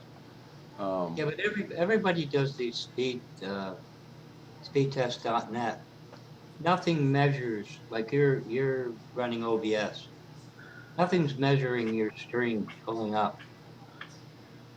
That would be the best measure. Something that's going to trap your upload through OBS and what speed it's running at. You follow what I'm saying? Yeah. Like speedtest.net is a theoretical download from a server. It's not real time running through your modem. You follow what I'm getting at? Not exactly. It's a theoretic, like, okay, I could have a drag car. That you Tim. a drag car, you could have horsepower, torque, weight. So a theoretical acceleration rate. Doesn't mean that's what I just ran the last pass at. You see what I'm coming from? Well, what is speed test actually? I mean, it's measuring something, right? No, but it's shooting down from their servers. Obviously, it's got more capability than your hardware does or your software. It's at the ultimate speed that a server can come down at. That's not what OBS or anything else is running at. So this is a different one I'm running right now, and it's showing 250, 240, 270, 280, 260. This is what concerns the wrong word. This is what bothers me. Depending on which one you use, you get a different set of numbers. And I'm not getting an upload now. I'm only getting download. Or no, I'm getting overall speed, megabytes per second. That's not broken down into upload and download. Oh, you're doing this on speedtest.net? I did this on fast.com. Try speedtest.net. It should give you up and down. Speed. Right now, I just ran it, and I'm running 109 down and 119 up. Damn. Type in speed test. I checked you out. Speed on my test, TV. one word. Speedtest.net. Yes, one word. Speed test by Cola. Yep. I checked you out on my TV. That's hardwired. It was 10 seconds. Everything else here is wireless. So the lag is 10 seconds on your TV. Yeah, that's hardwired to my internet. That's a whole lot better than what it was the other day. So, because the other day it was like, I got another computer that's hardwired, but I don't have it on right now. Yeah. Right now, I've got Cox here in Las Vegas, nominally 150 megabits per second down and 10 up. And speed test says I've got 162 down and 9.7 up. It's my speed test. So it's at least in the ballpark of what I'm supposed to have. Well, I'm supposed to have 100 up and down with Verizon Fios, so. go. You guys will see it 236 and a half down on speedtest.net and 30.98 on up on that same site. My point is this, say you're running OBS, you've got no lag. It's almost like instantaneous. Does that mean you're running at over 30 megabytes per second going up? No. No, of course not. That's my point. So you increase it. You can go like 100 up. You'll never use it. Well, not only that, are you actually going to see a difference in, okay, at 30 it was going this quick, and at 100 it's going this quick? Are you going to notice the difference? It's the same. Depends on what you're doing. It's the same as overclocking. Geez, I got 6G out of the processing. Did you really notice it other than it smoked it? Jim's caught my attention. Can elaborate. What? I can download a CD in a matter of seconds. You said it depends on what you're doing. Yeah, it depends on what you're doing. Okay. If you're doing something at 30 up, and then it changes to 100 up, you're going to notice it. That's my point. What machine is going to put that up? Well, I don't know. It's going to depend. I mean, there are certain services, I think, with both Xfinity and Verizon that offer gigabyte speed. I got a gigabyte switch and I'm wired for a gigabyte, and I've tested between two machines internally, and I'm getting 900 plus megabytes out of the gigabyte switch and whatever. So theoretically, I could do that if I had gigabit with Fios. No, I'm just saying, like Verizon, you said, Jim. Anybody got a watch on? What's that? Watch? What's that? Mine's on Doug's desk. Under his desk, you said? Yeah, but mine has no second hand. Okay, we have less than a minute. I will get it ready to go and get that going. So, as Tim being new, I always repost the link to Zoom in the chat room so that we can all get back together. Because I'm too damn cheap to buy a $15 license. And I got to send out all the emails to my vets and say, thanks guys for not joining. Now I don't have to spend me $15 to get a license. I ran a I speed started when I test. said So, that. I'm kind of lost on this. For my purposes, Well, wait a I'm minute. probably not going to see any difference if it's 30 or 100 because I'm only streaming here. Damn, what timing is that? Again. That is just someone.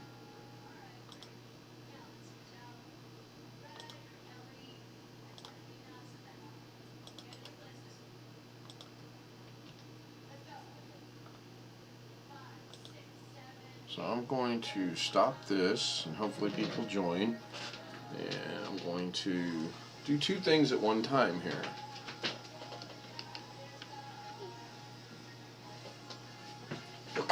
Being facetious, but since I asked that, I have downloaded Ubuntu at 2.9 gig, and I just finished.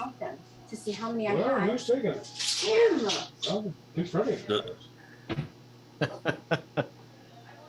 Is that? Who's that? My Adderall are That's Jeff. baby like We're picking up the audio from Jeff. while we were sleeping in the room while we were sleeping. And yeah, how Picking do up you the think picture now? too. I mean, it's showing now.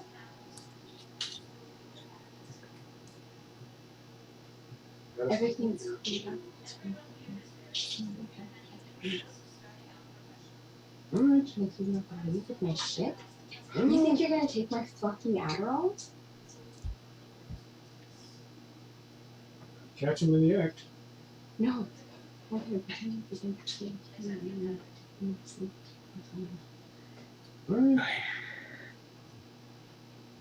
Friends online. Oh my Well, I god, was nuclear here. engineer friends? What? Are we nuclear engineer friends? No, computer and veteran friends. Jeff! Oh, good looking. Hey, Darren's back. Well, only one or two of them are veterans. But I was just gonna say, I was 380 up and 36. Okay, I got the information on my. 380 done. Got the 6 information. up. And I'll tell you what I got. So the Netgear is Missed a. it I all. put a cover on the camera. Your audio's still on though. No, you just missed it. Ken, you want to mute? You want to mute Jeff? You want to do that right now? 21. No, We were seriously. there. I'm working on it. There you go. Hide his video if you can. He blocked as it long as out. he's muted, he's fine. He covered up the camera. Yeah. So I got a Netgear AC 1750 smart Wi-Fi router model R6400, which is absolutely Greek to me. Everybody's looking perplexed. I don't feel too bad now. You said it's Okay. R6400. Yes, model R6400. Okay. Do And you it- know roughly when you bought it? It was given to me when I lived in California, Which was how long ago? at least 6 years. Yeah, you would probably want a new router. Period. Okay. And then the other little gizmo, the modem isn't, and I'll butcher this name, Arris, ARRIS, Surfboard, SB 6141. That was given to me about a year and a half ago. That's should be probably fine. that's probably fine. But I would, as you have a 6-year-old router, I would just on principle, I think I'd change it. Well, it's at least 6 years old because it was given to me when I was in California. So, and we moved out of California in 2016, so I would say it was given to me in 2015. Everything good, Jeff? You're muted, by the way. I muted you. Let me see if I can unmute you. Uh-oh. I'm going to have to get a hold of my intern. I left my coffee in there. I'm glad she has a decent sense of humor. New router, my speeds will increase. I don't know that necessarily your speeds are going to increase, but what is it that you're supposed to be getting? Is my first question. 300. 300. 300 up and down, or No, just no, down? just down. Okay, and it's 30 up, then I assume. Probably. Okay, They well, didn't discuss. I'll be talking to him later today, so I'll ask him. Yeah, I would verify. It's probably 300 down, 30 up, and if that's what you're supposed to be getting, it's going to vary from day to day anyway. But it sounds like you're hitting close to the mark anyway. It actually varies all the time. I mean, here I'll rerun it. I'm gonna go grab my coffee while that's running. Yeah. Is that running? I'm interested to see what's going to happen. I've signed up for a new free trial with an internet provider here called WeLink. I don't like their advertising. They claim they're wireless fiber optic, Huh? which is kind of a contradiction in terms. It's an wait a minute. oxymoron. Yep, Can someone exactly. check to see, not to interrupt, but can someone check to see if the YouTube stream's still going out? Yeah, I still see it. I Okay, see I the speed see- test Yep. running. Right. Well, on my monitor, I got the big old gray wheel going around, but I also see I have no internet on my monitor, and I know why that is. I gotta go fix that. Be right back. Anyway, yeah, what this Oh, outfit does, forgot though, about that.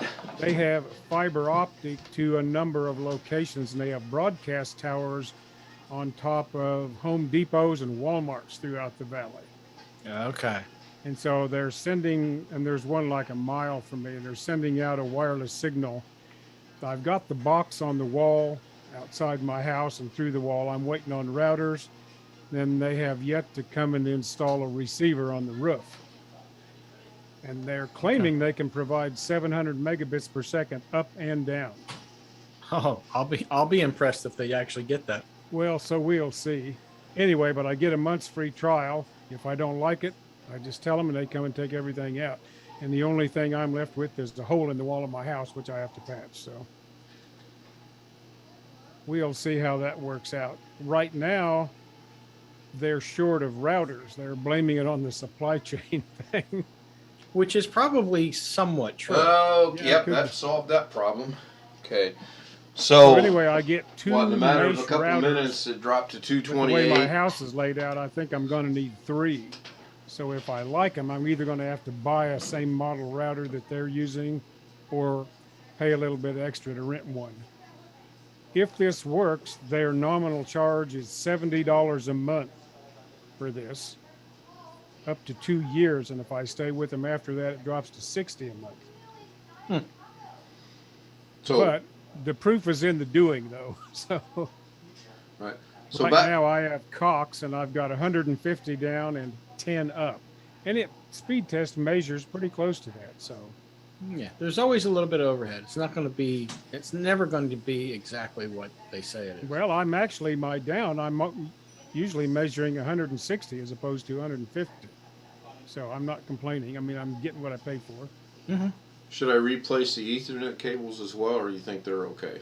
No, they're probably fine. Okay. From a security standpoint, you probably want to replace the router if it's 6 years old. That's assuming that, what Verizon supposedly does, and I say supposedly because I honestly don't know, but I've got the router from them. It's their own little deal. Right. Supposedly, it's supposed to do firmware updates all by itself. Yeah. Yeah, I've actually tried to update that a few times, and I run into issues. Can you tell when that first came out? Is there a way of knowing when that router was introduced to the public? Good question. And I was right when I flipped it over to take the picture. One of the cables that came out. That's why I didn't have any internet over there. So that was just had to replug that back in.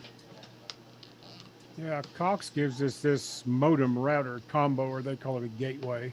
Yeah. It was released. It was released in 2015. Really? Okay. Yep. That was a good It's the guess. AC 1750 version, right? Yes. Yeah. There's the 6400. The previous model was the 6300, which is 2 years earlier. So, yeah.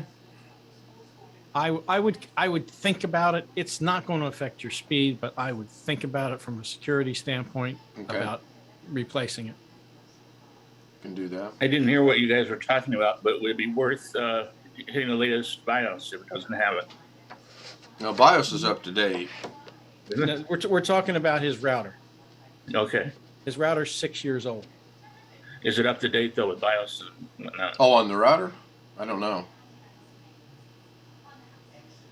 And I don't know how to check either, even though I've got an app on the phone that's supposed to do that for me. I don't know. Yeah. But you bought it yourself. They didn't give it to you. That was given to me.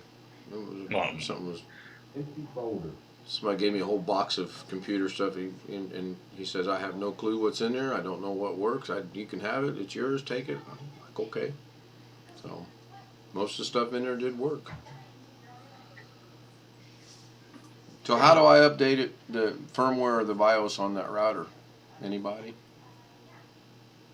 Where's my Typically I've done this in the past with other routers, but generally what it is first of all, you have to find the latest firmware update online. You've got to download the file. Usually you have to log into the router and point it at the file that's on your computer and do the firmware update. That's generally the process. But what if I'm going to show you my knowledge of not understanding things. The router's technically not connected to the computer except through the Ethernet cable. So does it communicate with the computer? Yep. Both ways. Yes. Yep. Yeah. I mean, I honestly didn't know that until just now. there's a way to log in with your browser. I don't know. Yeah, you got to point the browser at the router itself.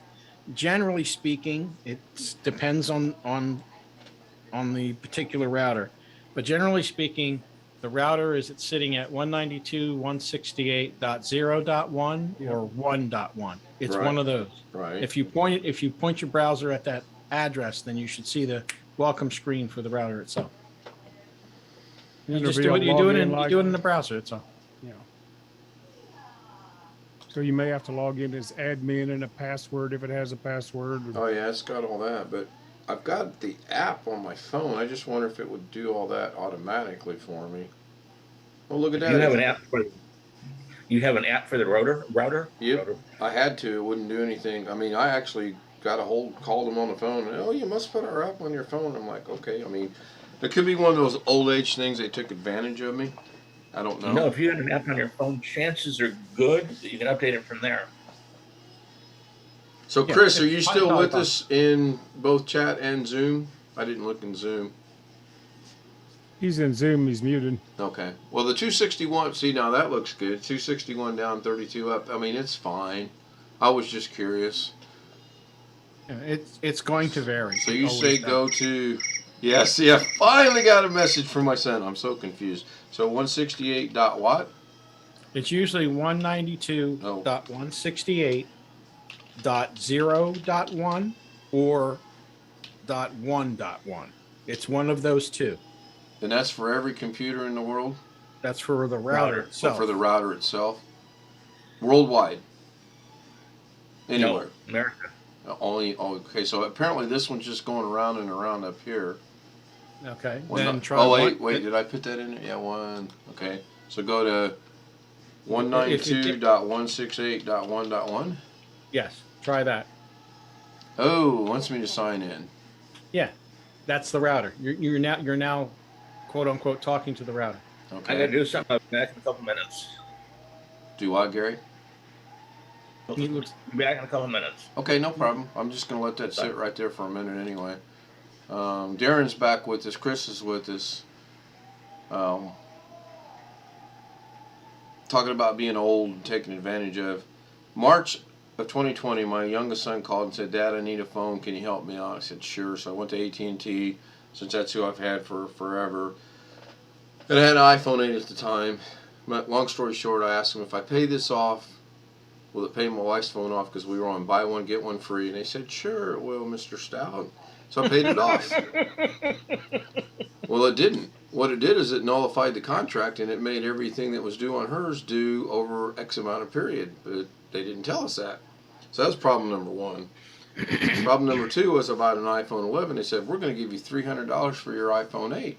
Okay, that makes your iPhone 11 $800. Okay, cool. I like that. Well, I found out today I'm paying $36.61 over 30 months, and if you do the math, that's $1,098.30. I did not get $300 discount. Took me 2 hours today to straighten that problem out, but I did get it straightened out. I finally got a hold of the right person that listened. And the reason it took 2 hours is because they went back to March of 2020. She says, oh yeah, I see here you were supposed to get $300. You were supposed to get that over a 30-month period. You have not got it. I'm like, I didn't say it this way, but I said, no kidding. Why do you think I'm calling? Exactly. And It's she the said, old- well, we'll give you a $300 credit on your account. I said, no, you won't. And she says, why not? I said, because I'm still gonna owe you for the phone. Take that same $300 and apply it to the phone.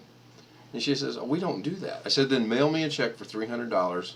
I'll go into AT&T and pay it, and it's the same damn difference. She put me on hold, and she come back. She says, I've got good news for you. Then they did exactly what I wanted. They applied it to the phone. Yeah. I mean, ugh. So Chris, if you're listening, that's my. And when I canceled DirecTV this morning, Mr. Stout, why are you canceling DirecTV? I said, do you really want to know? And he said, yes. And I said, okay. You fool! Mr. Stout, we are recording this line. I said, do you think I give a flying? Monkey, flying monkey. No, I didn't use the word monkey. I was talking to Chuck, by the way. I don't use the word monkey either. You know what you do with those people that say we're going to give you this and we're going to give you that? Yeah, you don't listen to them. You say send me an email within the next 5 minutes as a contractual obligation on your part. And then the email disappears, and you'll never see that. So Tim, you use what are you using? using? The only thing I use my cable for is to see the local news, but I get a good deal if I get the stupid landline, the best internet speed that I can get possible, and what's the other thing? Yeah, the landline, internet, and the phone. I don't even know the freaking landline phone number. I don't use it. It's cheaper that way. Oh, that's why you didn't answer the other night when I called. Okay. Oh, you called a landline? I haven't gave the number out. Oh, I found it. You don't know it, but I found it. Has anybody checked on Darren lately? Darren, how are you doing? It's late where he's at. He keeps falling into Zoom, so I guess he's all right. Yep. Yeah, I do like using the Kodi app to stream whatever I want to. There he is. I don't see Tim in there. Where is he? Who? Tim? Tim's here. Oh, yeah, I see him. Okay, sorry. Yes. You like Kodi? Yeah, the builds are kind of pain in the butt to get all the repositories and stuff going. Did he say suppositories? Repositories. Oh, okay. About every year I have to update it because it expires after so many times because they don't want Big Brother finding out about it. Wow, the YouTube stream all of a sudden is like forever and a day behind. Oh, that's because I lost the internet to them. Let me refresh that, and that should be caught up. There's a joke about the new, yeah, good to go. Very potent, very effective strain of the COVID-19 vaccination, but I don't think I can tell it here. I thought you were going to say something about a suppository. That's where it went. Did I already tell you this one? No, but I put two and two together, and yeah, well, I just triggered it off in my mind. But under today's circumstances, some people would not. Well, if we weren't on the stream, I'd say go ahead. But since it's going out over the stream, I don't want the YouTube police knocking on my door. Even the way I am, I'm aware of that. It's live. Where'd you go? Okay, so I guess this is to my router. On LastPass, I've got a router login. I'm going to try that. But on the app, it wants my email. But I'm like Tim. I don't remember the password to this at all. That's how often I've used it. But I'll bet you I can click on this and log in. Let me try that. I've got the globe going. Let me just see here. Oh yeah, I'll show you guys. There's no harm in this. Okay, get your pen and papers ready and your cameras.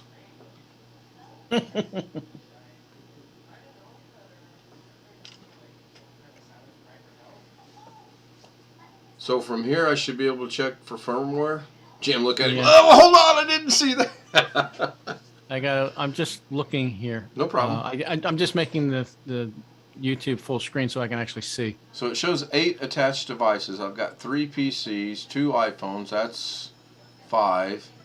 Yeah, A Roku you're- 6, and the NVIDIA Shield would be 7. What's the 8th device I don't know about?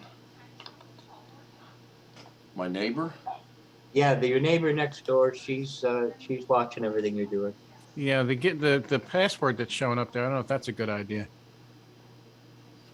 All right, so attached devices. All right.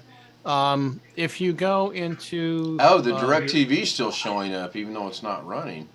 Yeah, if you go into the advanced tab. Okay, that's where I am now. You're on basic. Well, from my perspective, you're on. Okay, there it goes. There's a delay, so just bear with me. Sure, no problem. I appreciate the help. Okay, hardware version, firmware version. I'm betting that's probably fairly out of date. You're reading right here where it says version 1.0.1.6._1.0.41. Yeah. I would do a Google search on that particular model, Netgear R6400 firmware, and see what version comes up in Google's in the Google results. My guess is you're going to see something reasonably more recent than what I'm looking at here. It doesn't say what date that firmware is, unfortunately, which would be helpful.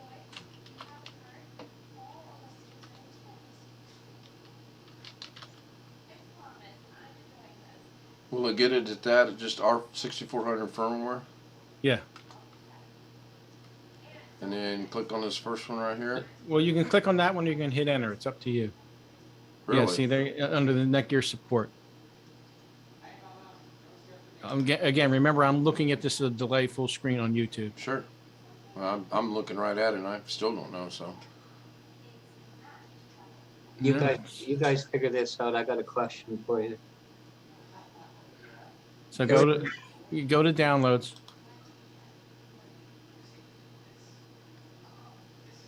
Oh yeah, its current version is 1.0.1.76, so it's behind.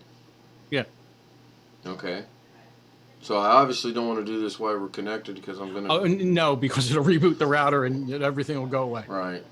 But I should though. Just be aware that you probably should update that. So when I get done this afternoon, I just want to click on this and download it, or can I just go ahead and download it? Well, I don't want to. You can download it now if you want. It's not going to do anything. Tony just sent me a message. He says, "Hippie." Oh, so I can download it. Okay, so I'm going to download it. You can download it if you want. It's going to save the file. That's all. Right. So I may have to get with you afterwards to figure out how to get this to go back to the router then. Are you going to need passwords in that? Because here, if I could do it, to restart the service, I have to have a tech ID now. Well, I downloaded it to the computer, and I'll hopefully be able to figure out how to do it. So, but I now know what the 8th one was. I forgot. I do have my DirecTV, even though it's shut off, it's still talking back to the router, and I was going to do that earlier today, but that'll be done probably tomorrow now. Yeah. At some point when you're logged into the router, you ought to find a place where it lets you update the firmware, and then you should be able to aim that at the file you downloaded. Oh. I think. Yeah, that's generally how it works. Okay. Well, hopefully it goes halfway decent for me. So I see Gary's still gone. Darren's muted again. Chris has always been muted. Yeah, this is good. This has been a good day. How many of y'all use OneDrive? OneDrive? Yeah. Nope. Try not to. I have an account. It's just the freebie one they originally offered when they started it. What was it called? SkyDrive originally or something? That's what I got, Jeff. Technically, I'm on there, but I don't use it. I keep it active. I have, I don't know, 30 gigabytes or something like that. I don't remember. Me being in photography, I like it a lot better than Dropbox. It's such a pain in the butt to upload anything to it. No, I don't. Big files. OneDrive's a lot more user friendly for me. I got a personal one and a business account, so I got 2 terabytes altogether. Mm-hmm. Yeah, But I here's don't. I don't use any of the cloud services. Right. Huh? I don't use any of the cloud services. First of all, I don't necessarily have that much data. Well, let me put it this way: the data that I have, I'm not willing to put it anywhere else other than under my own control. I don't blame you. So Tim, what did you use to get your 40 terabyte of pictures organized? Many hard drives. I do have a. Oh, so you did them individually. You went and said, I got this picture, I'll put it there. I got this picture, I'll put it there. I put about 3 or 5 years on each drive. I do have a network hard drive, but I quit using that thing. It kept getting too fussy with me. Right, but you had to obviously use some kind of an app or a program to do that. You did not do it manually, did you? I've always done it, and something I've learned from Doug on how to do the dates and names where the computer can find it real quick. I'll put the year, underline the month, and then underline, and Windows finds it really quick that way. In a search? Put the name of the folder behind that date. Oh, And it's already built in. You didn't add anything to do that. Well, you've got Canon, the T3i. Sure, for lack of not knowing what you're talking about. Yeah, I got that. With that software they give you, it automatically creates those dates too. But I do it manually. Don't know what CAD and what you said is, and I probably don't have it. The only thing added on here is DaVinci Resolve, Blender, and OBS, and Wondershare. I did get a link from, I believe it was Chris Garrett or Robert, I can't remember, on organizing my photos, but I haven't done anything with it yet. Yeah, I have some older Canon cameras, a Rebel XTI and an SX30IS. The software that Canon provides for that, when you download the pictures, it puts it into folders with the date, so it's reasonably organized.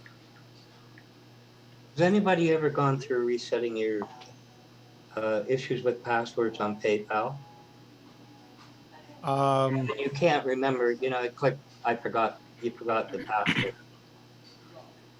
I can't remember the last time I changed my password on PayPal, to be quite honest. I don't use it that often. I got in a circle today. I couldn't get out of. You click the thing. I don't have a cell, so it's a landline. They call. Thank you for that. Put in the code, which they give you the code on the screen. You punch it into the phone. It says thank you. Now I'm looking at the screen and it says put in a new password. Where? There's no box. So I end up going back to the sign-in thing. It's a continuous loop. Where the hell is the box to put that in? Got me. Don't know. I did all that about 6 months ago. On all of them, all my accounts. Changed them all because I got hacked. Yeah, I remember you saying that, but And that was PayPal. I was onto them directly. And they had it on the spot. Literally. You can now, got to change your password now while I'm on the phone. And change the password within 10 minutes. I had it all done. You did it verbally? Well, I was on the phone talking to them about what happened. And they put us through to the account, where do all the, whoever stole anything, put it through to them. And they walked us through it. So basically it's just putting in, you found it, it's in third page in, go down, hit it, and put your new password in, and that's it, set. I thought it was. Luckily, I got all the money back off them. So I'm going to hit Tim up again real quick, not to interrupt you two, but so you did that in Windows, or do you have a special program that you did that with? Typing in the information. I was on their website, PayPal. You just go into PayPal, and it's in their site on PayPal, and it's got change profiles, and you go into that, and you change your password and everything in there.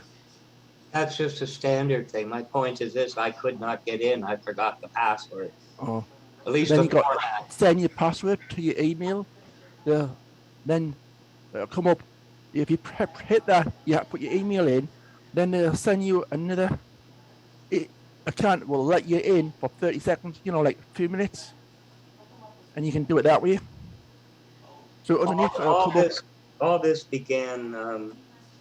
I was going to get PayPal, and you go through the normal setup, right? Sign in, create. And all of a sudden, you had to have a cell. You had to. So I phoned them. I guess the young ladies in California. I said, look, I don't have it. Can you send me a code? I knew she couldn't. Send me a code to put in the code to set up the account. So I said, I'll find another way. No, you won't get in. Well, I got a link out of a donation thing, and it opened it like the old way, and I set up the whole account. Long story short, I don't know. I was afraid to put it in 3 times incorrectly. That might to jam you up. Keep. When I ran security, I gave it 5. You had 5 attempts, but it's usually 3. I just wondered I thought it was me. Okay, I'm under the weather, and it's looping around and looping. The whole thing worked just fine. The call. And it said, please enter the code. Now I'm looking at the screen, and if it was a person on the line of it, where? You want me to punch it into the phone or into this? It was ridiculous. So anyway, I backed out of it. Better to leave it than have to contact them again for support.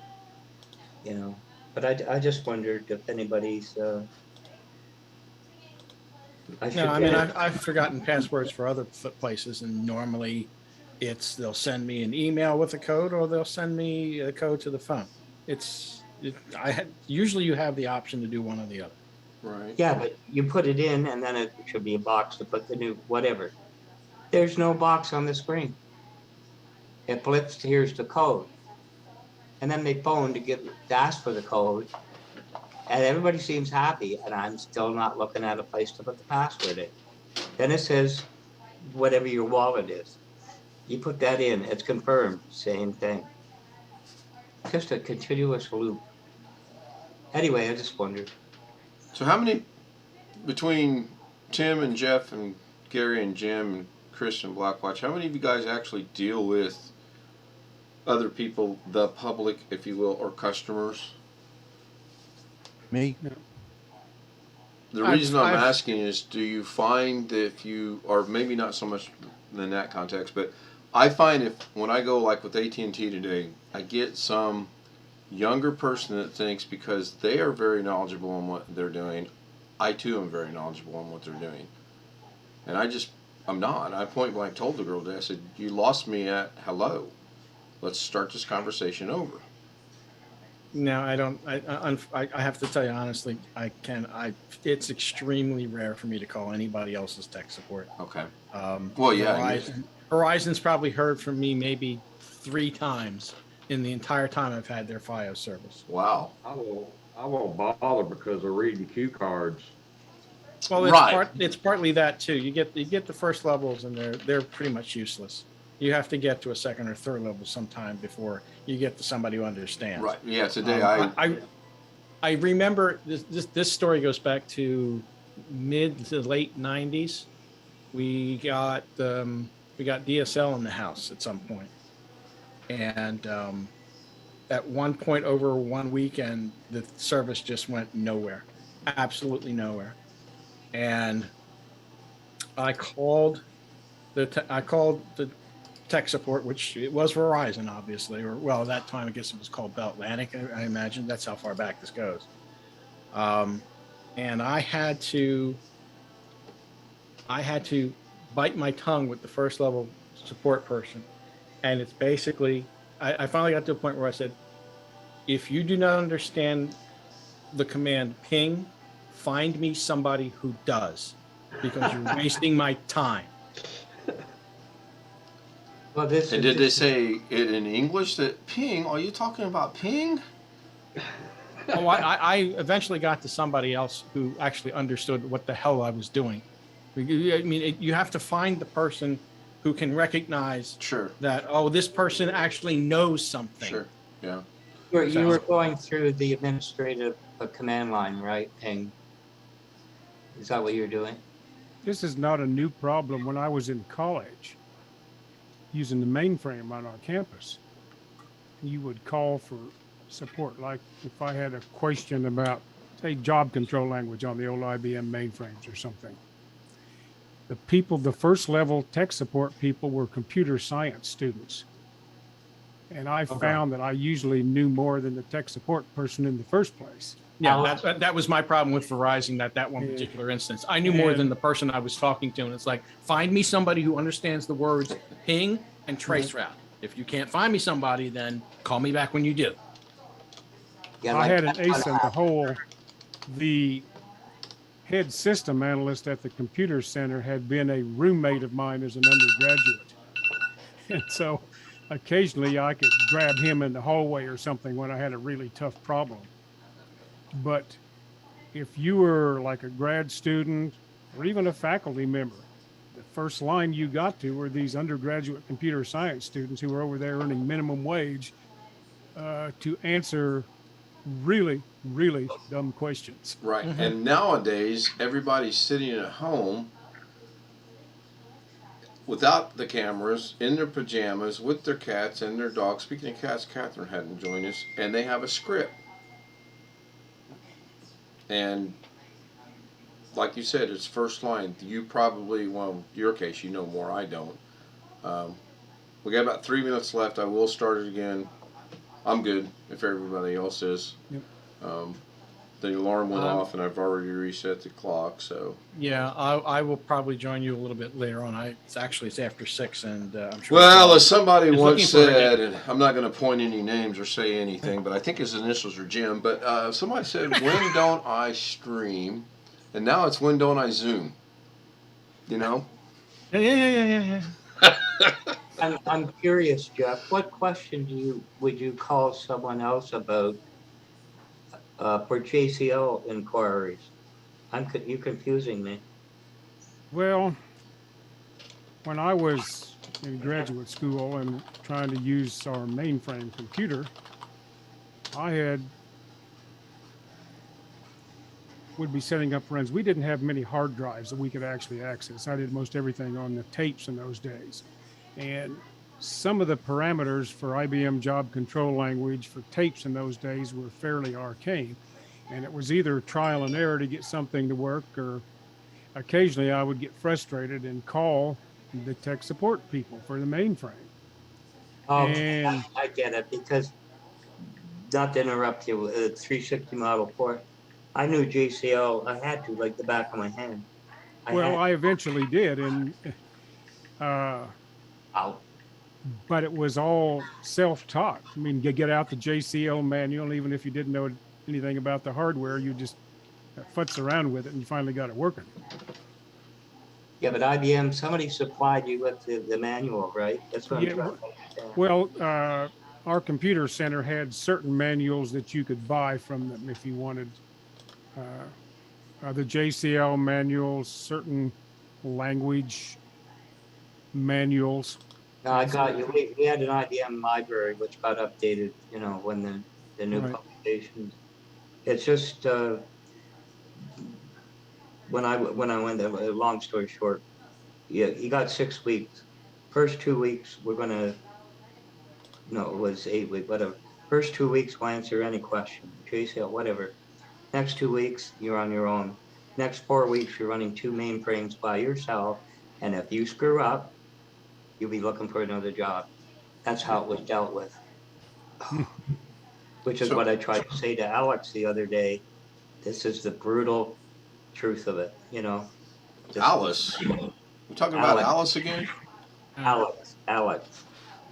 With his job hunting thing. Good night, Jim. Thanks for being here. Appreciate it. Well, I'll be back for the next session, but the dog is looking for her dinner. Ruff. See ya. See ya. Thanks, Jim. So Chris just posted these streamed. Oh, doggone it. I'll just hold that comment until I get back.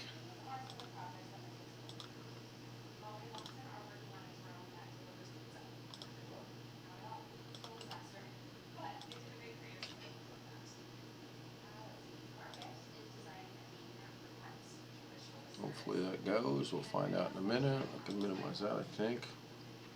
The good thing is I'm still on the stream, so you guys can hear me. I just reposted the Zoom link. Hopefully it went through. Although it looks like no one's joining. Usually people are really quick to join. So did I do that right? Yep, there's Darren, there's Jeff, simultaneously at the same time. You guys were a photo finish. I don't know who got here first. So Chris just posted, these streams and Zoom sessions are so much fun. Yeah, I have to agree with him. I really enjoy. I mean, even they're nonsensical and I'm not getting anything accomplished. I sure am not teaching anything. I do enjoy doing them. Well, I think we're all picking up a little bit of something. I mean, I've never hosted a Zoom session. I tried back in March or February, whenever my friend Ron called me, and we couldn't get it to work out. We could get the Facebook one to work, but we could not get this one to work. So I gave up on it. And if it weren't for Doug, I would have totally given up on Zoom. Now, my wife's family has sort of a family Zoom meeting about once every month or 6 weeks, and my brother-in-law has been hosting those, and all of those have gone pretty well. And I'm not sure how he's doing it. He has these on a schedule, but I think he's reusing the same credentials every time. I think the only thing that changes, if you've got an account like Doug does, I think the password changes, but the number stays the same as far as connecting. I'm trying to answer someone. Mike said hello to everyone. Good evening to everyone, and I'm just responding to him. Yeah. I'm not sure if the password changes or not. My brother-in-law, whenever we have one of these, sends out by message what the credentials are every time anyway, so my memory may be faulty that it stays the same. Okay, so got that. So Tim said he's got some things to do.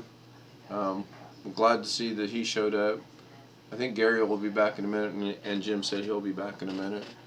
So yeah, sounds like he was just using the Canon software and some very simple organizational stuff for all the pictures. Yeah, Jim caught what I said. I was pictures organized. I know the Canon software is not on this new rig because I don't have anything connected.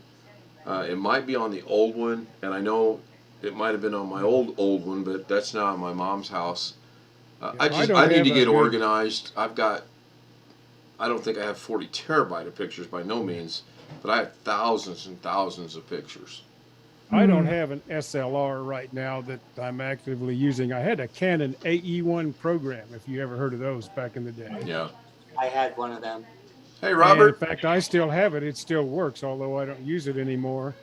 But when quite a few number of years ago, Canon changed its lens mounting system completely, and they essentially abandoned everybody who had one of their expensive cameras from the past, and it pissed me off so bad I've never bought another Canon camera again. You know, you saying that, when we lived in California, there was a specific fish store I went to.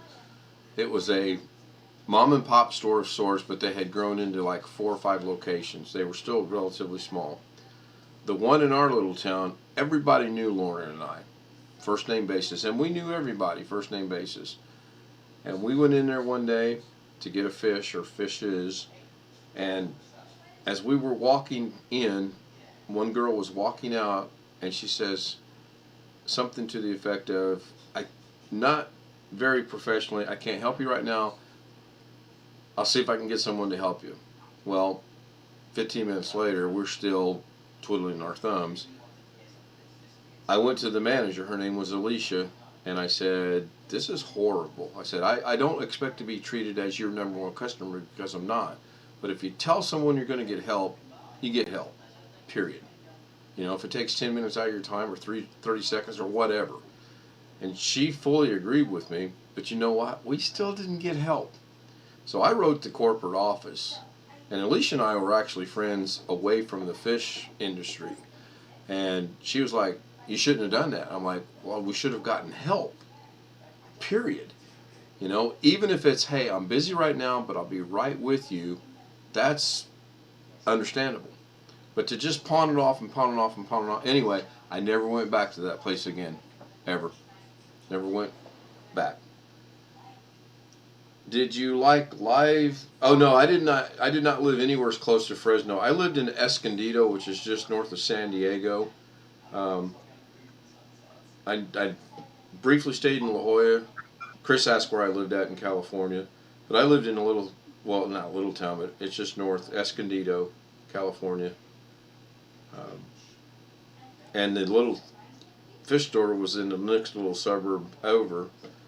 They had great prices, and usually they had good service, but guess I didn't spend enough money in there or something. So I see Robert's joined us. Thanks for joining. Yeah, I dispatched them. Did you? Yeah. No, Chris, I give up on Walmart. You know, the old saying, little fish in a big pond. Well, I'm not even a little fish in a big pond. I'm probably not even a minnow in the little fish's little pond, so I've given up on that. I just avoid Walmart whenever possible. Good example is yesterday. My mom can't walk, so she uses the electric chair, and the lady that is there to get the chairs, it really took us to go, ma'am, do you mind in going and getting our mother a chair because she can't walk? And she was like, ugh. And off she went, and she comes back, and she says, this one's good to go, it's 100%. Well, 5 minutes later, it was dead. So I walked back up, and they had two of them sitting there, and she was sitting in one. And I said, well, the one you gave us died, is sitting back there in the middle of the aisle. And again, she seemed to be put out. And I think she expected my mom to walk up and get the new chair. That's just ridiculous. So, yeah. We have a Canadian Tire up here, and the one in Whitby. Anyway, through the day, you should be able to find help, right? You know, when it really gets busy, it's hard. Hey, I understand right now people are short, and I understand people can't work, but you don't just ignore people. You say, hey, I can't do it right now. I'll get someone that can, or if you give me just a minute, I'll finish what I'm doing, and I will help you. And maybe I'm still old-fashioned. Maybe at 62 years of age, I expect too much. I don't know. I just don't know. Robert says he's getting ready for work, so we know he works overnight, and he's listening in the background. Good to see him. He posted a real cool picture on Facebook earlier today. I was going to joke with him and say, what a setup, but I also know it's his work setup, so I didn't. I find, and maybe Jeff can second this or not, I don't know, but I find that the older I get, I seem to be a little bit more picky of customer service. I guess that's the right word. Somewhat difficult to engage verbally. Well, it could be that too. I get frustrated by it, but so far I've managed to bite my tongue and just try to keep dealing calmly when that sort of crap happens. Oh, believe me, I crossed that line last week at Walmart. I understand that 100% what you just said. Because unfortunately, the once or twice that I've just kind of lost it, it didn't really accomplish anything. Oh, I accomplished something. I felt much better afterwards. Well, you do have that part, yes. I actually felt bad about it because I tried not to get that upset and that angry, but that lady just would not shut up. And I had already left the room, and she literally followed me out, and she was still yakking away. And it just, unfortunately, to get her to stop talking, I talked to her like a sailor. And oddly enough, she shut up. She stopped talking. And it's sad that it got to that point. You know, if I'm talking to Jeff and Jeff says, okay, I got it, stop talking now. I'm going to stop talking. At least about that subject. Right. I mean, if I stop talking, we got a problem. But if Jeff says, hey, I got it, we're moving on, let's go on, we're good to go. I'm not going to sit there and keep beating that over and over and over again. It's just ridiculous. But, like Blackwatch and I have talked before, it's the way the world is today. You almost have to talk that way to get anything accomplished, and that's really sad. I enjoyed that Zoom, by the way. That was fun. And you told me about it. Yeah. So Chris, do you still work at Kroger? Work at what? Chris Garrett put a comment about working at Kroger, and I'm just asking if he still works at Kroger. Well, I don't know what that is. It's a grocery store chain. Oh, okay. Really big grocery store chain too. My uncle worked for him straight out of high school when he retired from them. Yeah, they own, gosh, a whole bunch of other chains too. Yeah. Well, they own Smith's here in Las Smith's, Vegas. yeah, I was gonna say, yeah, Smith's. And Food for Less in California, and I think there's another one in California if I remember right. I'm trying to think. Yeah, I can't remember it now. There's one out in Kansas where I grew up that they own too. Yeah. But it's been so many years, the name escapes me. Yeah, there was a Smith's right around the corner from where we lived, and we used to go there until someone got killed in the parking lot. And we stopped. I mean, it literally was within walking distance, and I never went back in there either. Call me old-fashioned. So, I really need to get Gary's project done. I haven't done anything since Friday. Of course, yesterday was quite busy. Jeff, did you see the videos of my granddaughter singing? No. Oh, you should check those out. It's hilarious. Pretty good. For 3 years old, or soon to be 3 years old, she's got... Is that on your channel someplace? No, it's on Facebook. Oh, okay. All right. On Facebook. Oh, good. Chris got out of the Kroger. He says he got out of that cesspool.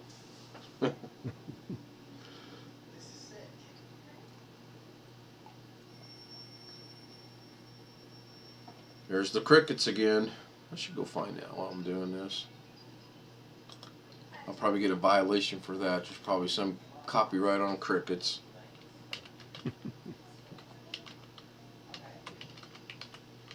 Let's put that in there and get in trouble. Yeah, I can't remember. There was years ago, somehow or other, I got to talking to some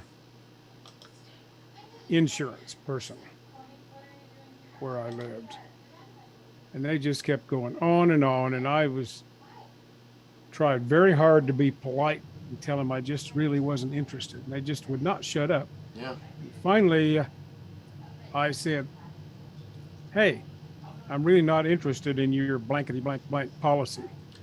And the guy got taken aback, and he said, well, you didn't have to be like that about it. And I said, I tried to be polite and tell you I wasn't interested in a nice manner, but you just weren't hearing what I was saying.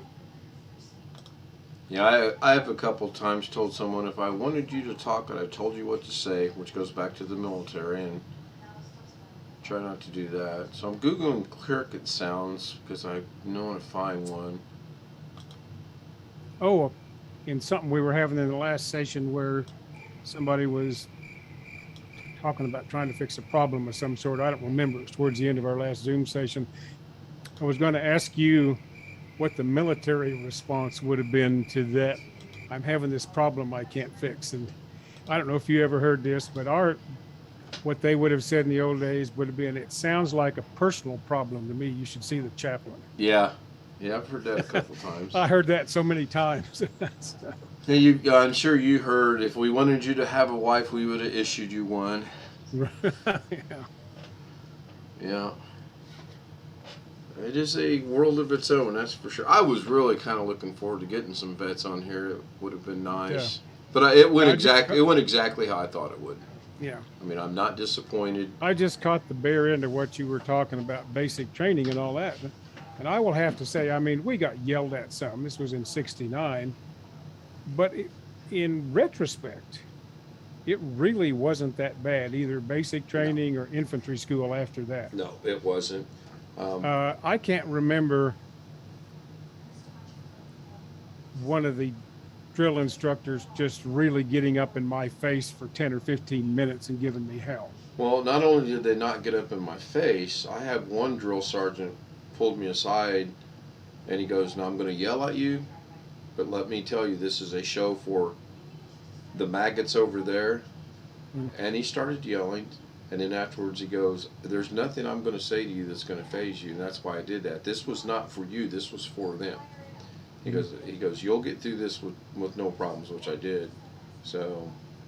Well, but after a while, I adopted the old thing is that the way you conduct yourself in the military, if you want to stay out of trouble, is to behave in such a manner that when your name is mentioned in the orderly room, everybody says, "Who?" Yeah. Yeah. We have a Private Ryman in here. Is that the new guy? Yeah. And then I looked into a good job when I got to the place I spent most of the time. Finally, the executive officer, through some way or other, found out that I had a college degree. I got drafted after I got out of college, and I knew how to type. Yeah. And made me a company clerk, even though I was trained as infantry. And strange as it may sound, I actually liked the job, although it was longer hours than doing regular training and everything, but it was real work. Right. It made the time pass. Right.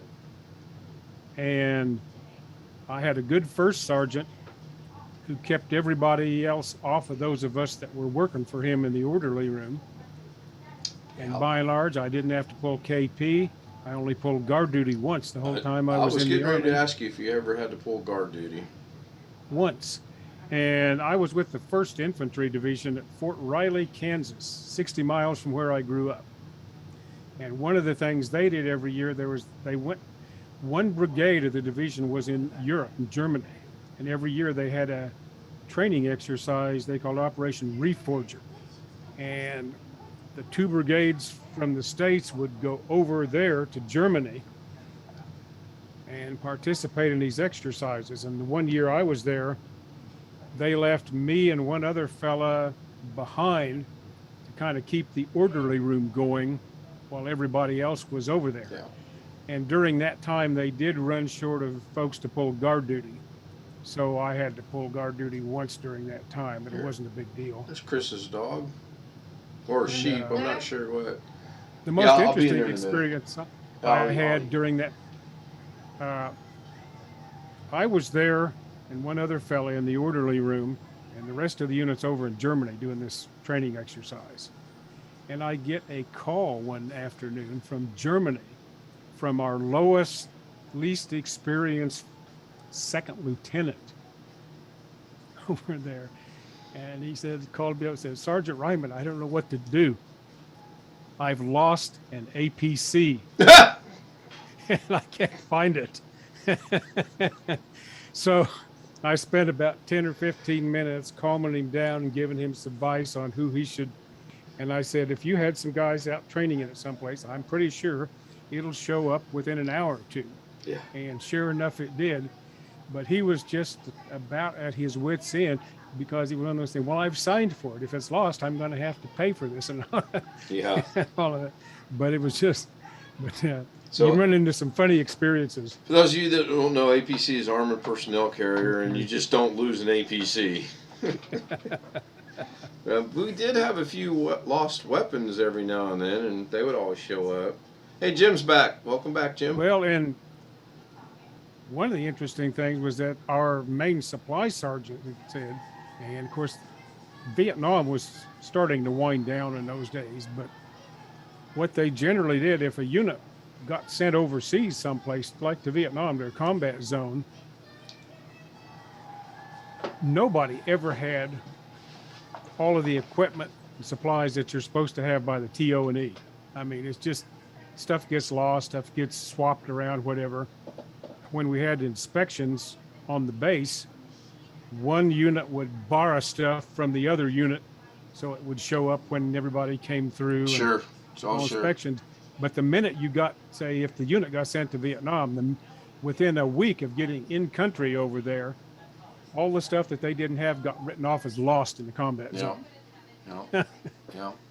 Yeah, company inspections, and when you had everyone laying all their stuff out, I can remember you would borrow it from them, and as soon as you got inspected, you'd run it back to them, and as soon as they got inspected, they'd run it back to them. And if the whole base had ever had an inspection all at once, all hell would have broken. Oh gosh, yes, yeah. So vet to vet actually wasn't a complete flop. Jeff's with us.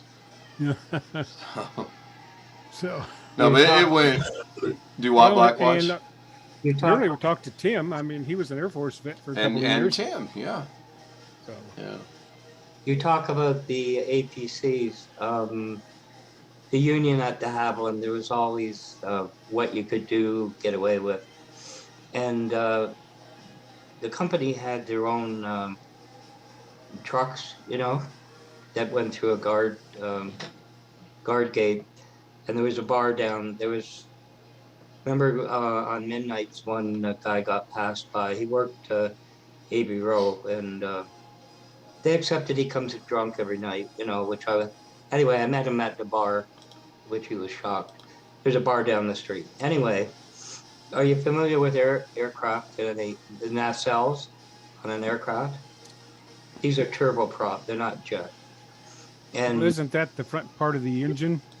Yeah, like surrounding the engine, I guess. Yeah, you bring the things getting assembled, right? It's towards the end, and it was always on time. So they had Pratt Whitney engines, and they come in sealed metal containers.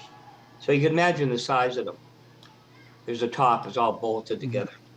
So the plane would get to a certain point. That's where some manager, the upper ones, the engines are ready to go in. The four of them, get set, 2 per side.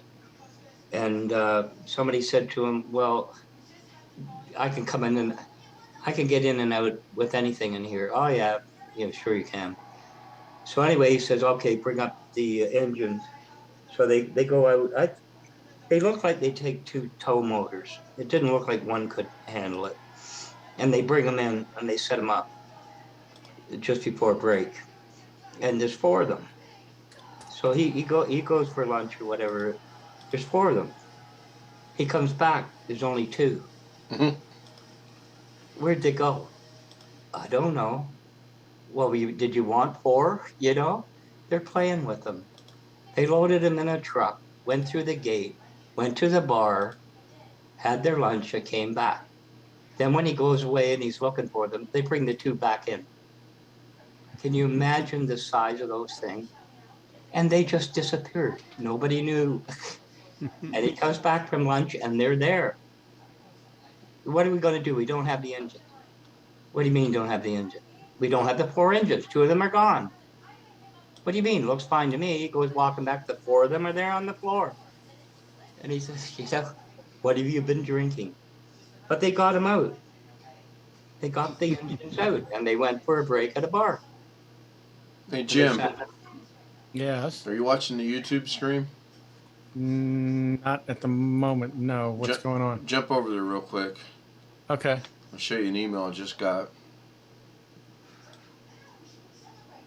Somebody wants to separate you from your money. Yeah, they do. What is that? What am I looking at? You're looking at prices for an RTX 3060, which is the same card, which is the same card I've got right here. It's going to take a lot of nickels. So how many family members did you sell for that, Jim? None. None. I'm half tempted to put that up on eBay just to see what it would bring. Oh, you'd be insulted. I mean, oh, I don't think so. No, I mean there'd be people that want you to give that to them at no money, is what I mean. Yeah, that's not going to happen. Yeah, I know. So check your inbox, Jim. You just got 50 emails from somebody named K Stout. That's right. I've upped the offer to I'll pay $0.10 a month. Can't go much higher though. Well, okay, 11 cents, but I'm not going 12 cents. I will not go 15 cents. No higher. Yeah, but there's one enclosed with the deed to the house.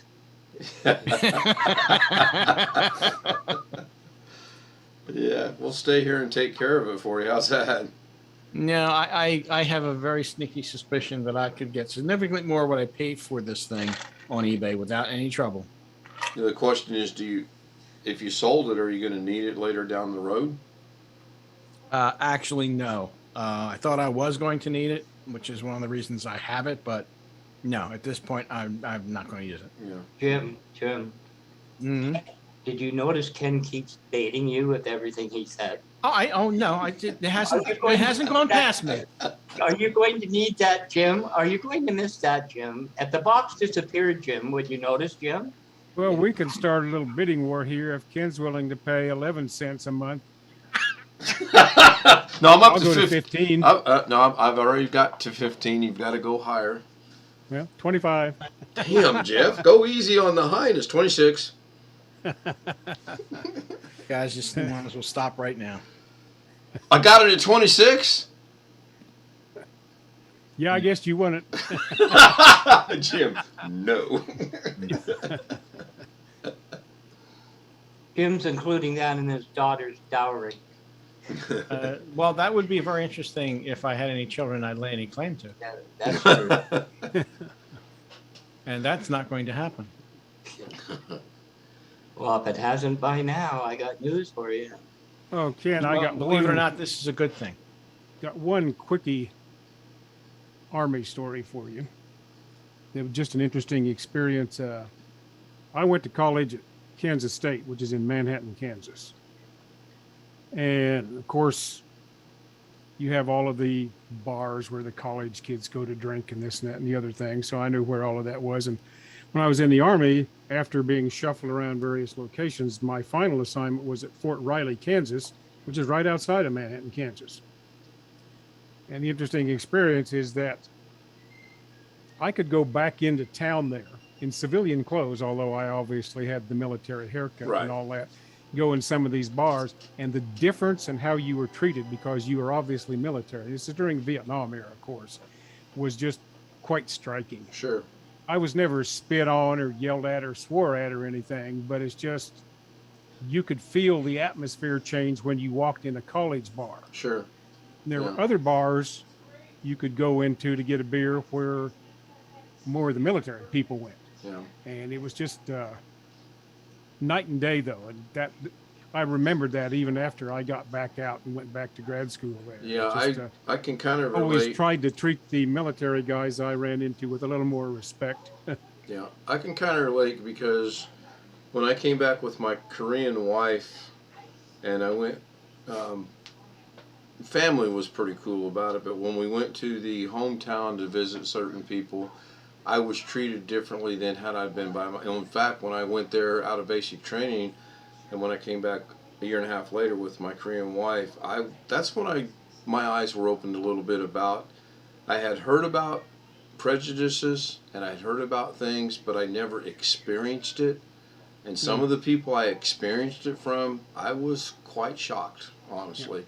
Well, I don't have the experience. I have a good friend who was a college roommate whose dad was a career man in the Army, and Jim, my friend, was wanted to, but it didn't work out for him. But he met his wife when he was in the Canal Zone, where he was stationed. That was one of his assignments. He was in Vietnam for a while, and then he went to the Canal Zone.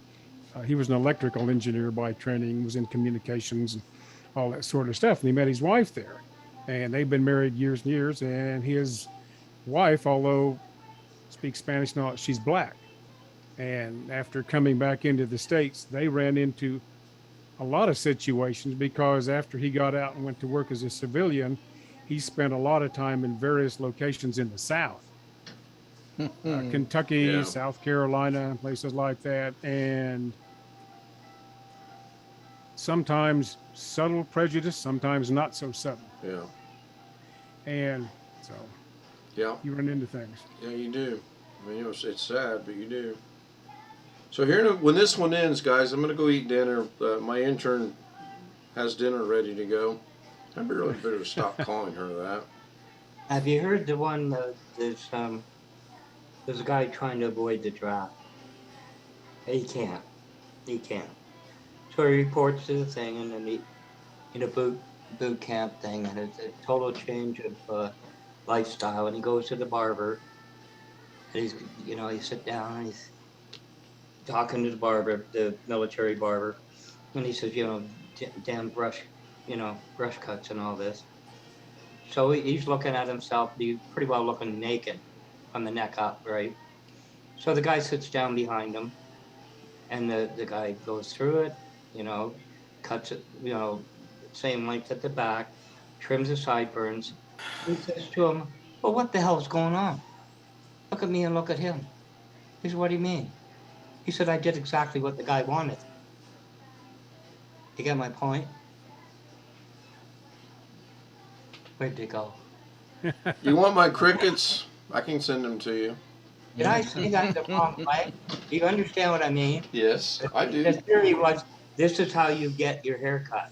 Not anymore. We cut it the way you want, you know? Well, it's like when you go to basic training and the kids would go in there and say, well, just leave a little on top and a little on the sides. And then about that time, the razor would start and go, and they were bald.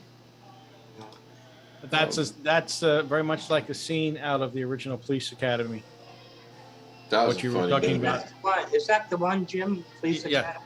That's the Police Academy is the one you're thinking of for that scene, and it's the two jack-offs basically come in and they get it all buzz cut and whatever, and then George Martin comes in, just a little off the top. Yeah. You can do that? Yeah, this is in the Army. Yeah, that's the one. That's the one. Yeah. Now, one of the things where I was in the Army, I was at Fort Ord for infantry school. Oh, and then right. after that, I hung around there several weeks waiting to move on to another assignment. During that time, they had me working the reception station because Fort Ord also offered basic training. So I was escorting around the new recruits and taking them this and that. And I don't know how it was when you were in, but there were like 5 or 6 different haircuts that were officially allowed. And they had the photos of these up in the barber shop. And so you could nominally go in and pick the one that you wanted. But sort of just trying to be helpful, I would tell the guy, say, you can get any of these you want officially. But just as a practical matter, you're going to be out doing in the dirt and getting filthy and this and that. And also, if you have the buzz cut or a flat top or whatever, you're probably going to catch less flack from some of the DIs and whatever. And I got caught doing that one day, and boy, did I catch hell for it. I bet. Yeah, we had one haircut DIs, too, I was basic. just trying to be helpful to these guys, but that's not what they wanted. When you were at Ord, was the Presidio up and running?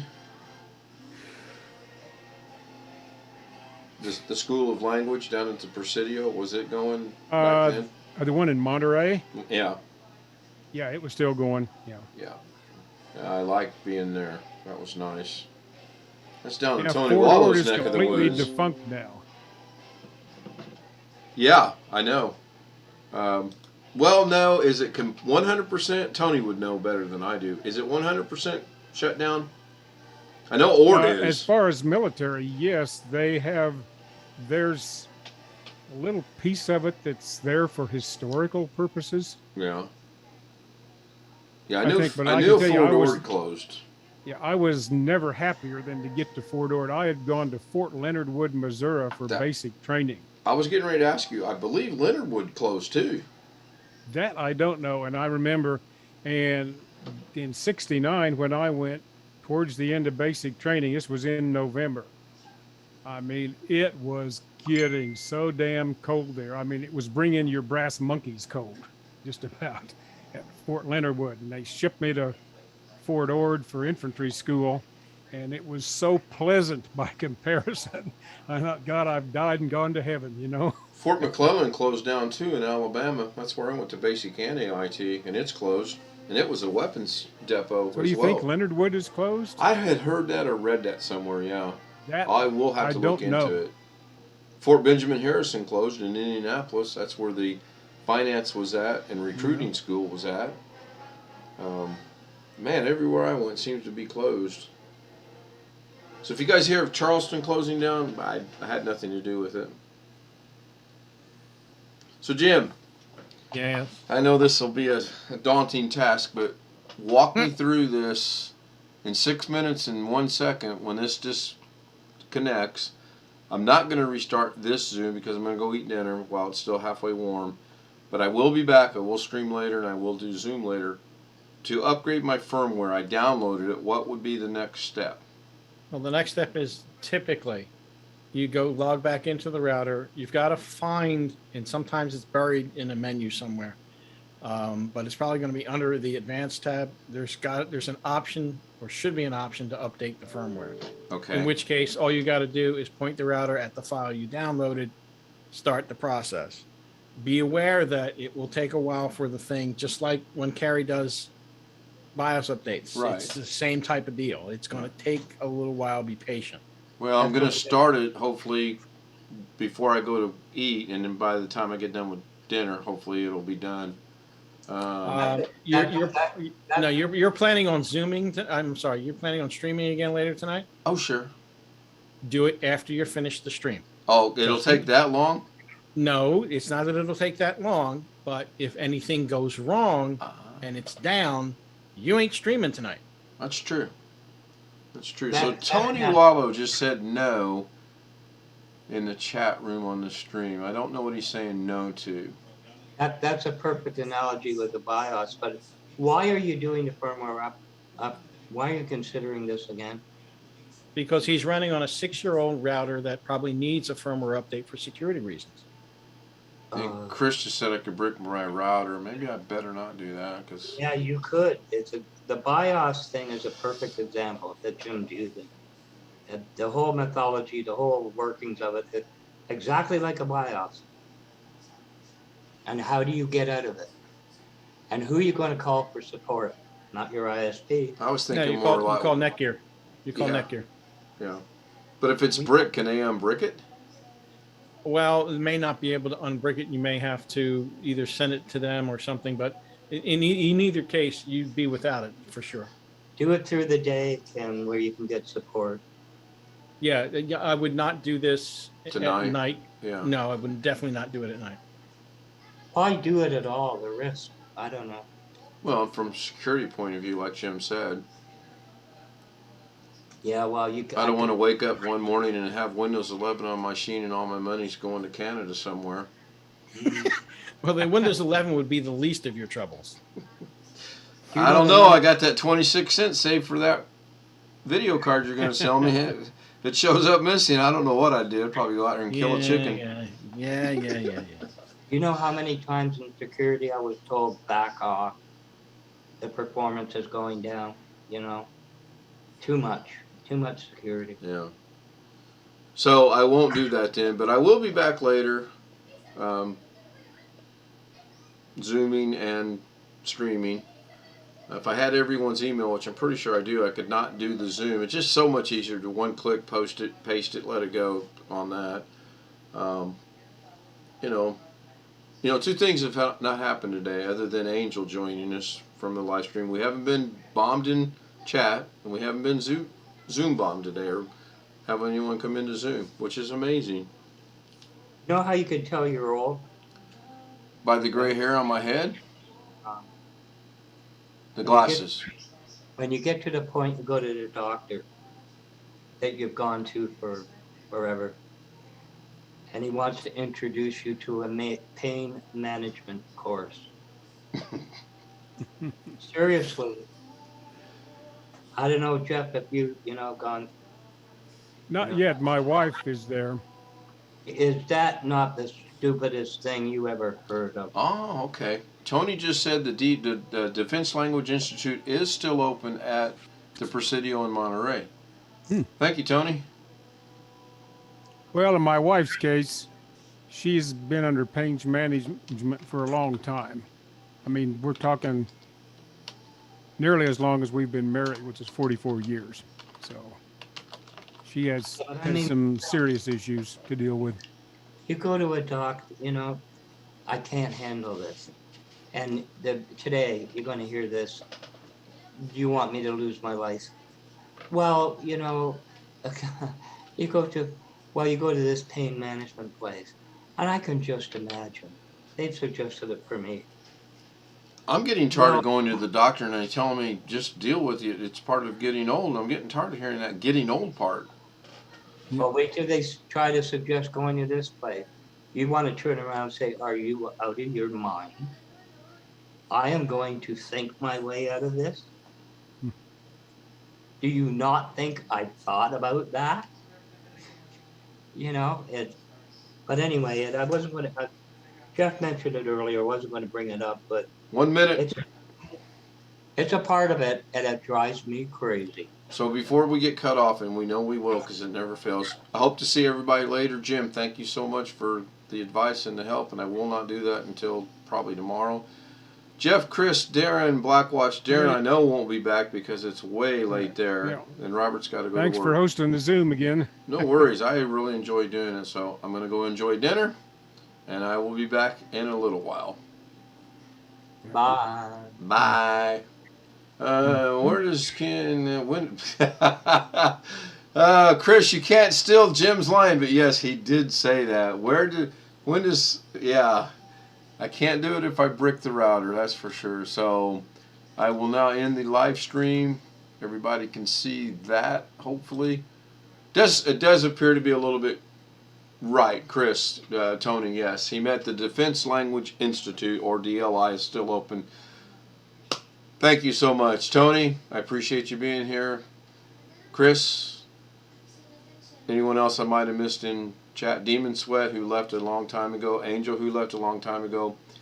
I will hopefully see everybody back later. Good night. I'm going to go enjoy dinner that the intern made. Bye for now.